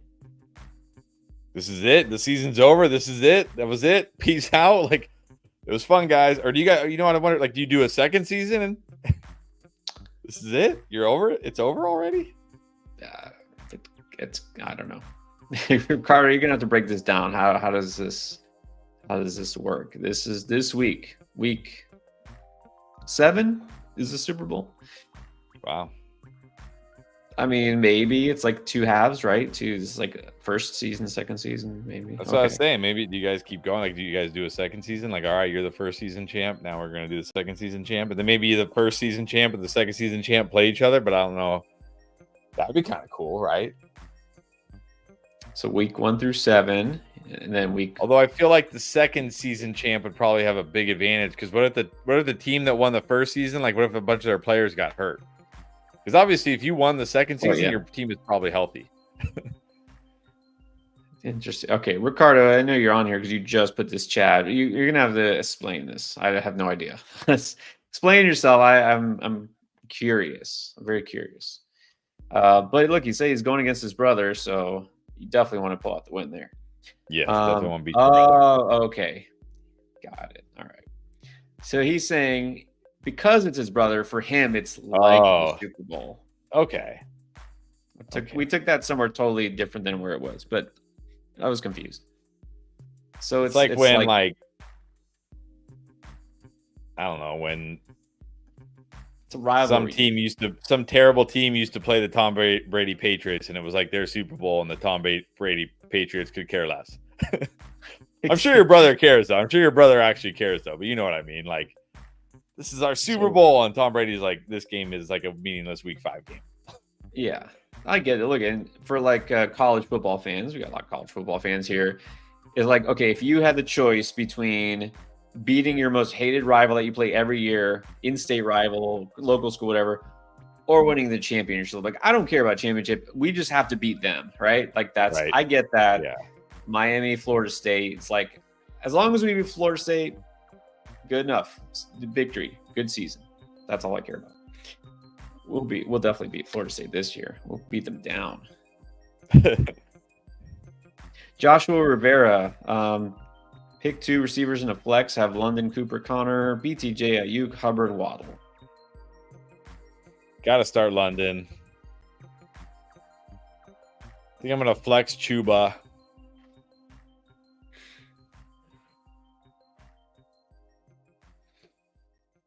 I might go Brian Thomas at the flex. Again, Cooper just a little too risky.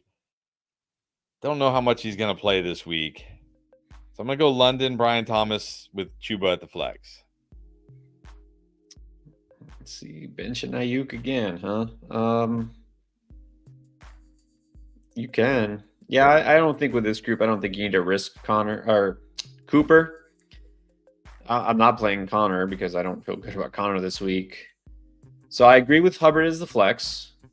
Yeah, I can't really start Waddle. I definitely agree with London. So London, Hubbard, my dilemma basically is Ayuk or BTJ. It's between those two. Again, not like I'm feeling a big Ayuk week. I just don't know if I feel a big BTJ week. So I might go Ayuk, but that's a toss-up. What about Baker or Burrow? I think you got to go Baker at home against the Ravens this week. That's a smash spot for him. Yeah. Glad you said that. That's exactly what I was thinking. You got to play Baker against Baltimore. There you go. Tim, is that you? Tim Tebow? All right. Man, we got a lot of celebs tonight. No kidding. They're all coming out on Tuesday. Which, by the way, I could say this as a Hurricanes fan. Florida used to be when we played the Gators all the time. That was even more so. But the Gators got scared, took us off the schedule. But we already beat them this year, so no worries. Thank you, Tim Tebow is never going to come back now. Half PPR, 2 QB league. Fields, Geno, Hall, Barkley, London, Flowers, Kelsey, Smith, Ayuk, Singletary, Tracy, Tuo, Russell Wilson. What's a 2 QB league? Okay, fair enough. You're 4-2, but can we make this team better? We got Tua. Yeah, you need Tua back. Oh, we're switching to the Canes. Just in case anyone's. I mean, you got Hall, Barkley, London, Flowers, Kelsey, Smith. I really don't know what you can do to make this team better other than upgrade at QB. But like, what are you gonna do to upgrade at QB? Right. I mean, you got Hall and Barkley. You got London, Flowers, Davante Smith. You got Kelsey. What do you need? This team is stacked. Tim Tebow, this team is stacked. I was gonna make a joke about his arms, but I couldn't think of anything. Stacked like your arms, that doesn't make any sense. I mean, the only way to make this better is to get better quarterbacks. Right. But with this team, do you even need better quarterbacks? Yeah, he says it's half PPR. I wonder, is it just a typical like 4-point passing touchdown? Anything different? If it's just your traditional scoring, it's fine. I mean, I really don't want to pick and choose between a Steelers quarterback. I guess Geno is still playable in a 2 QB league, and then you got Tua hopefully coming back, but still, I mean, I would like to get a better quarterback, but I mean, realistically, what are you doing? You're packaging Geno plus the Giants running backs or plus Ayuk to get us a better quarterback? I don't know. Maybe. Maybe not. Maybe. I probably wouldn't. Yeah. All right. But you got a good team. All right, let's do a couple more before we get out of here. We are caught up on the super chats, which also, before we get out, should also remind anybody who doesn't know we have an app where we also do start sit questions and waiver wire questions and trade questions and all questions fantasy football related. It's called Draft Lane. You can get in touch directly with us. You ask the questions, we answer it. It's just like this, except it's on an app. You get it for free from the App Store or the Google Play Store, and then you can use all the features. You can sync your Yahoo and Sleeper leagues, and then ask us questions, and we can actually look at your rosters and who's available on waivers in your league. That's the cool part of it. You don't have to type it out, but you can also type out messages, and we chat with you. It's pretty cool. So check out Draft Lane if you haven't already. All right, a couple more. Let's do Marcus Miller, Gibbs, or JT, assuming JT plays. If JT plays, it's JT, but we'll have to see if he plays. Yeah. JT, if he's good. All right, I'm trying to find somebody asked this earlier. I don't know if it was you. Let's see. Mr. Light Jr. is asking about dropping Zach Moss to get somebody like Rachaad White or Madison. I think it was him.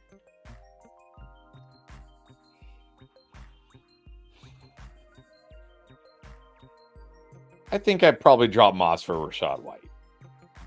I'm not completely giving up on Rachaad White yet.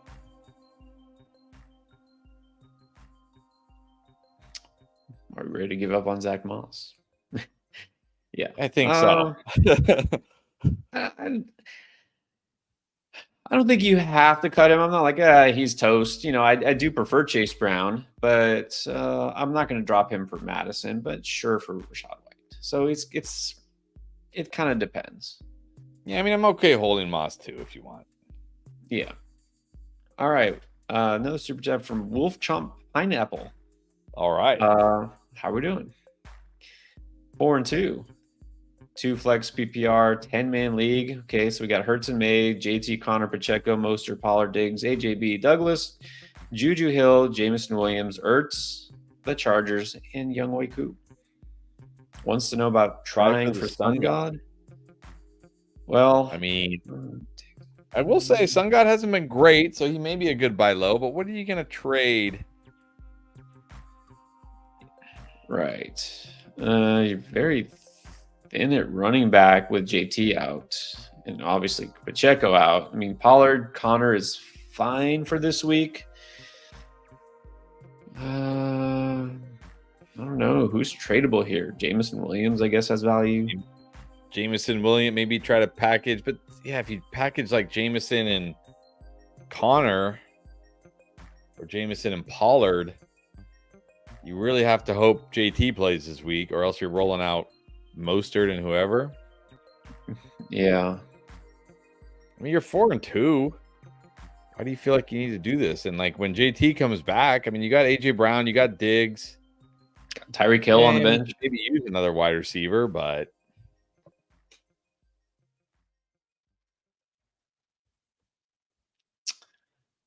yeah, I mean, look, with Tyreek Hill is back to being Tyreek Hill, you actually have 3 really good receivers. So you don't need to try to pull something off for Sun God. I mean, I don't know. Whoever has Sun God, are they taking Jameson Williams plus a running back? Probably not. Probably not. Yeah, I don't think you're good. You're pretty good. Frank Katugua, Connor and Deontay for Moss and Hill.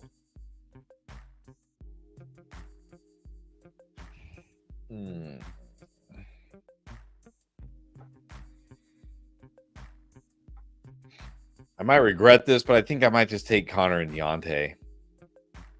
I know you want to get Tyreek Hill, but man, if you take out that game, what was it against the Bears, right? With Jalen Johnson.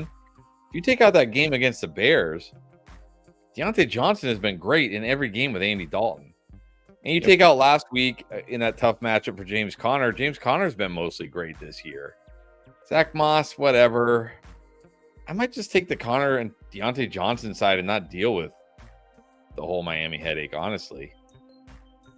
Yeah, and it's funny, we just talked about Zach Moss and saying, I mean, he can be dropped, so trading for him feels weird. I think if this was a different running back, a little bit better than Zach Moss, and I don't mean like a stud running back. I mean, even it's like a Tank Bigsby, like, okay, then maybe I might do it. But I feel like Moss isn't playable as a replacement for James Conner. So if it's a slightly better running back, I might do it. But then it depends on the running back. All right, Juan Salcedo dropped a super chat. We did talk about this earlier. Drop Jennings. Yes. Yeah. Yes. I don't know. Does it even matter who? I mean, yeah. I'm not going to drop Jennings for like absolutely no one, but if there's a good waiver ad, yeah, drop Jennings. Yeah, you definitely can. All right, and then I see you, Mark. Mark, that's not a Houston Texans quarterback question, so we can't answer it. We're glad to have you back, Mark. Yeah, all the cameos. So we had a Michael Jackson appearance earlier, but it was not a question worth answering. All right, one more. Let's get a good one. Here we go. Defense question from Ryan Beck. Jets or Broncos? I think you got to go Broncos against Spencer Rattler on the short week. I think the Broncos are a better defense than the Jets too. Give me the Broncos. Actually, yeah.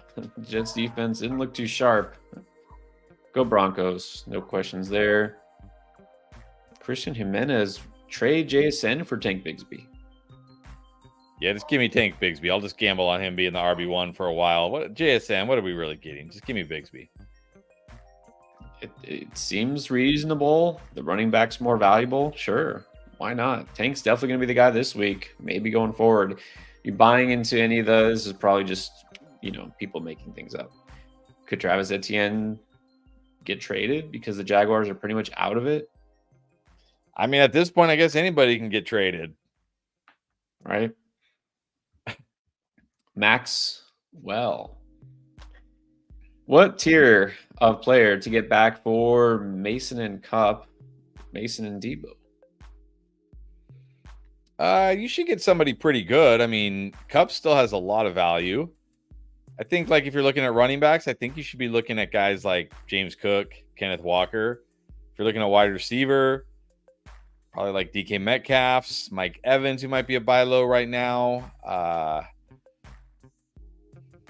Like that, you can get at Godwin right now. Devonta Smith's, guys like that. Maybe Nico if you're okay waiting. Somebody's like, I don't want to wait. Maybe Nico, guys like that kind of tier. Yeah. Good time to trade Mason. So I like the thinking here. But Cup, you should definitely be able to get a good return for because he's who knows? Maybe he'll play week 7. All right, and last but never least, what's up? Rise above anything. Picked up Mahomes just because, gave you nothing last week. Why not? Why not drop him? Nice job. Let's hope he turns it around. And I think he'll be okay. Like, maybe it won't be his best season. He'll be okay. So, good segue to the final reminder, guys. After you put in your claims and pick up whoever you pick up, go back, circle around, check the transactions for your league. Always check the transactions. Just if you can on a daily basis, just take a 5-second break, check the wire, scroll through and see who was dropped. You might be surprised. All right. Let's get out of here. We're going to be back tomorrow, so no worries. Don't forget about the Draft Lane app. You still got questions you don't want to wait for tomorrow night? Check it out. And it is free download, as I mentioned, App Store, Play Store. It's called Draft Lane. It's our app. You can get in touch with us. And you have still 2 days to get the free pick of Bo Nix, 1 yard. That's all he needs. 1 yard. Take the higher. It is a freebie. And you get this if you sign up on Underdog for the very first time. If you haven't yet, just use code ENDGAME when you sign up. It's a lot of fun. Good way to win some money and have fun following the game that you love. All right. We will see you. And of course, hit that subscribe and push the like if you have liked any of this, and notifications so you know as soon as we go live, which will be tomorrow night. All right, guys. We'll see you then.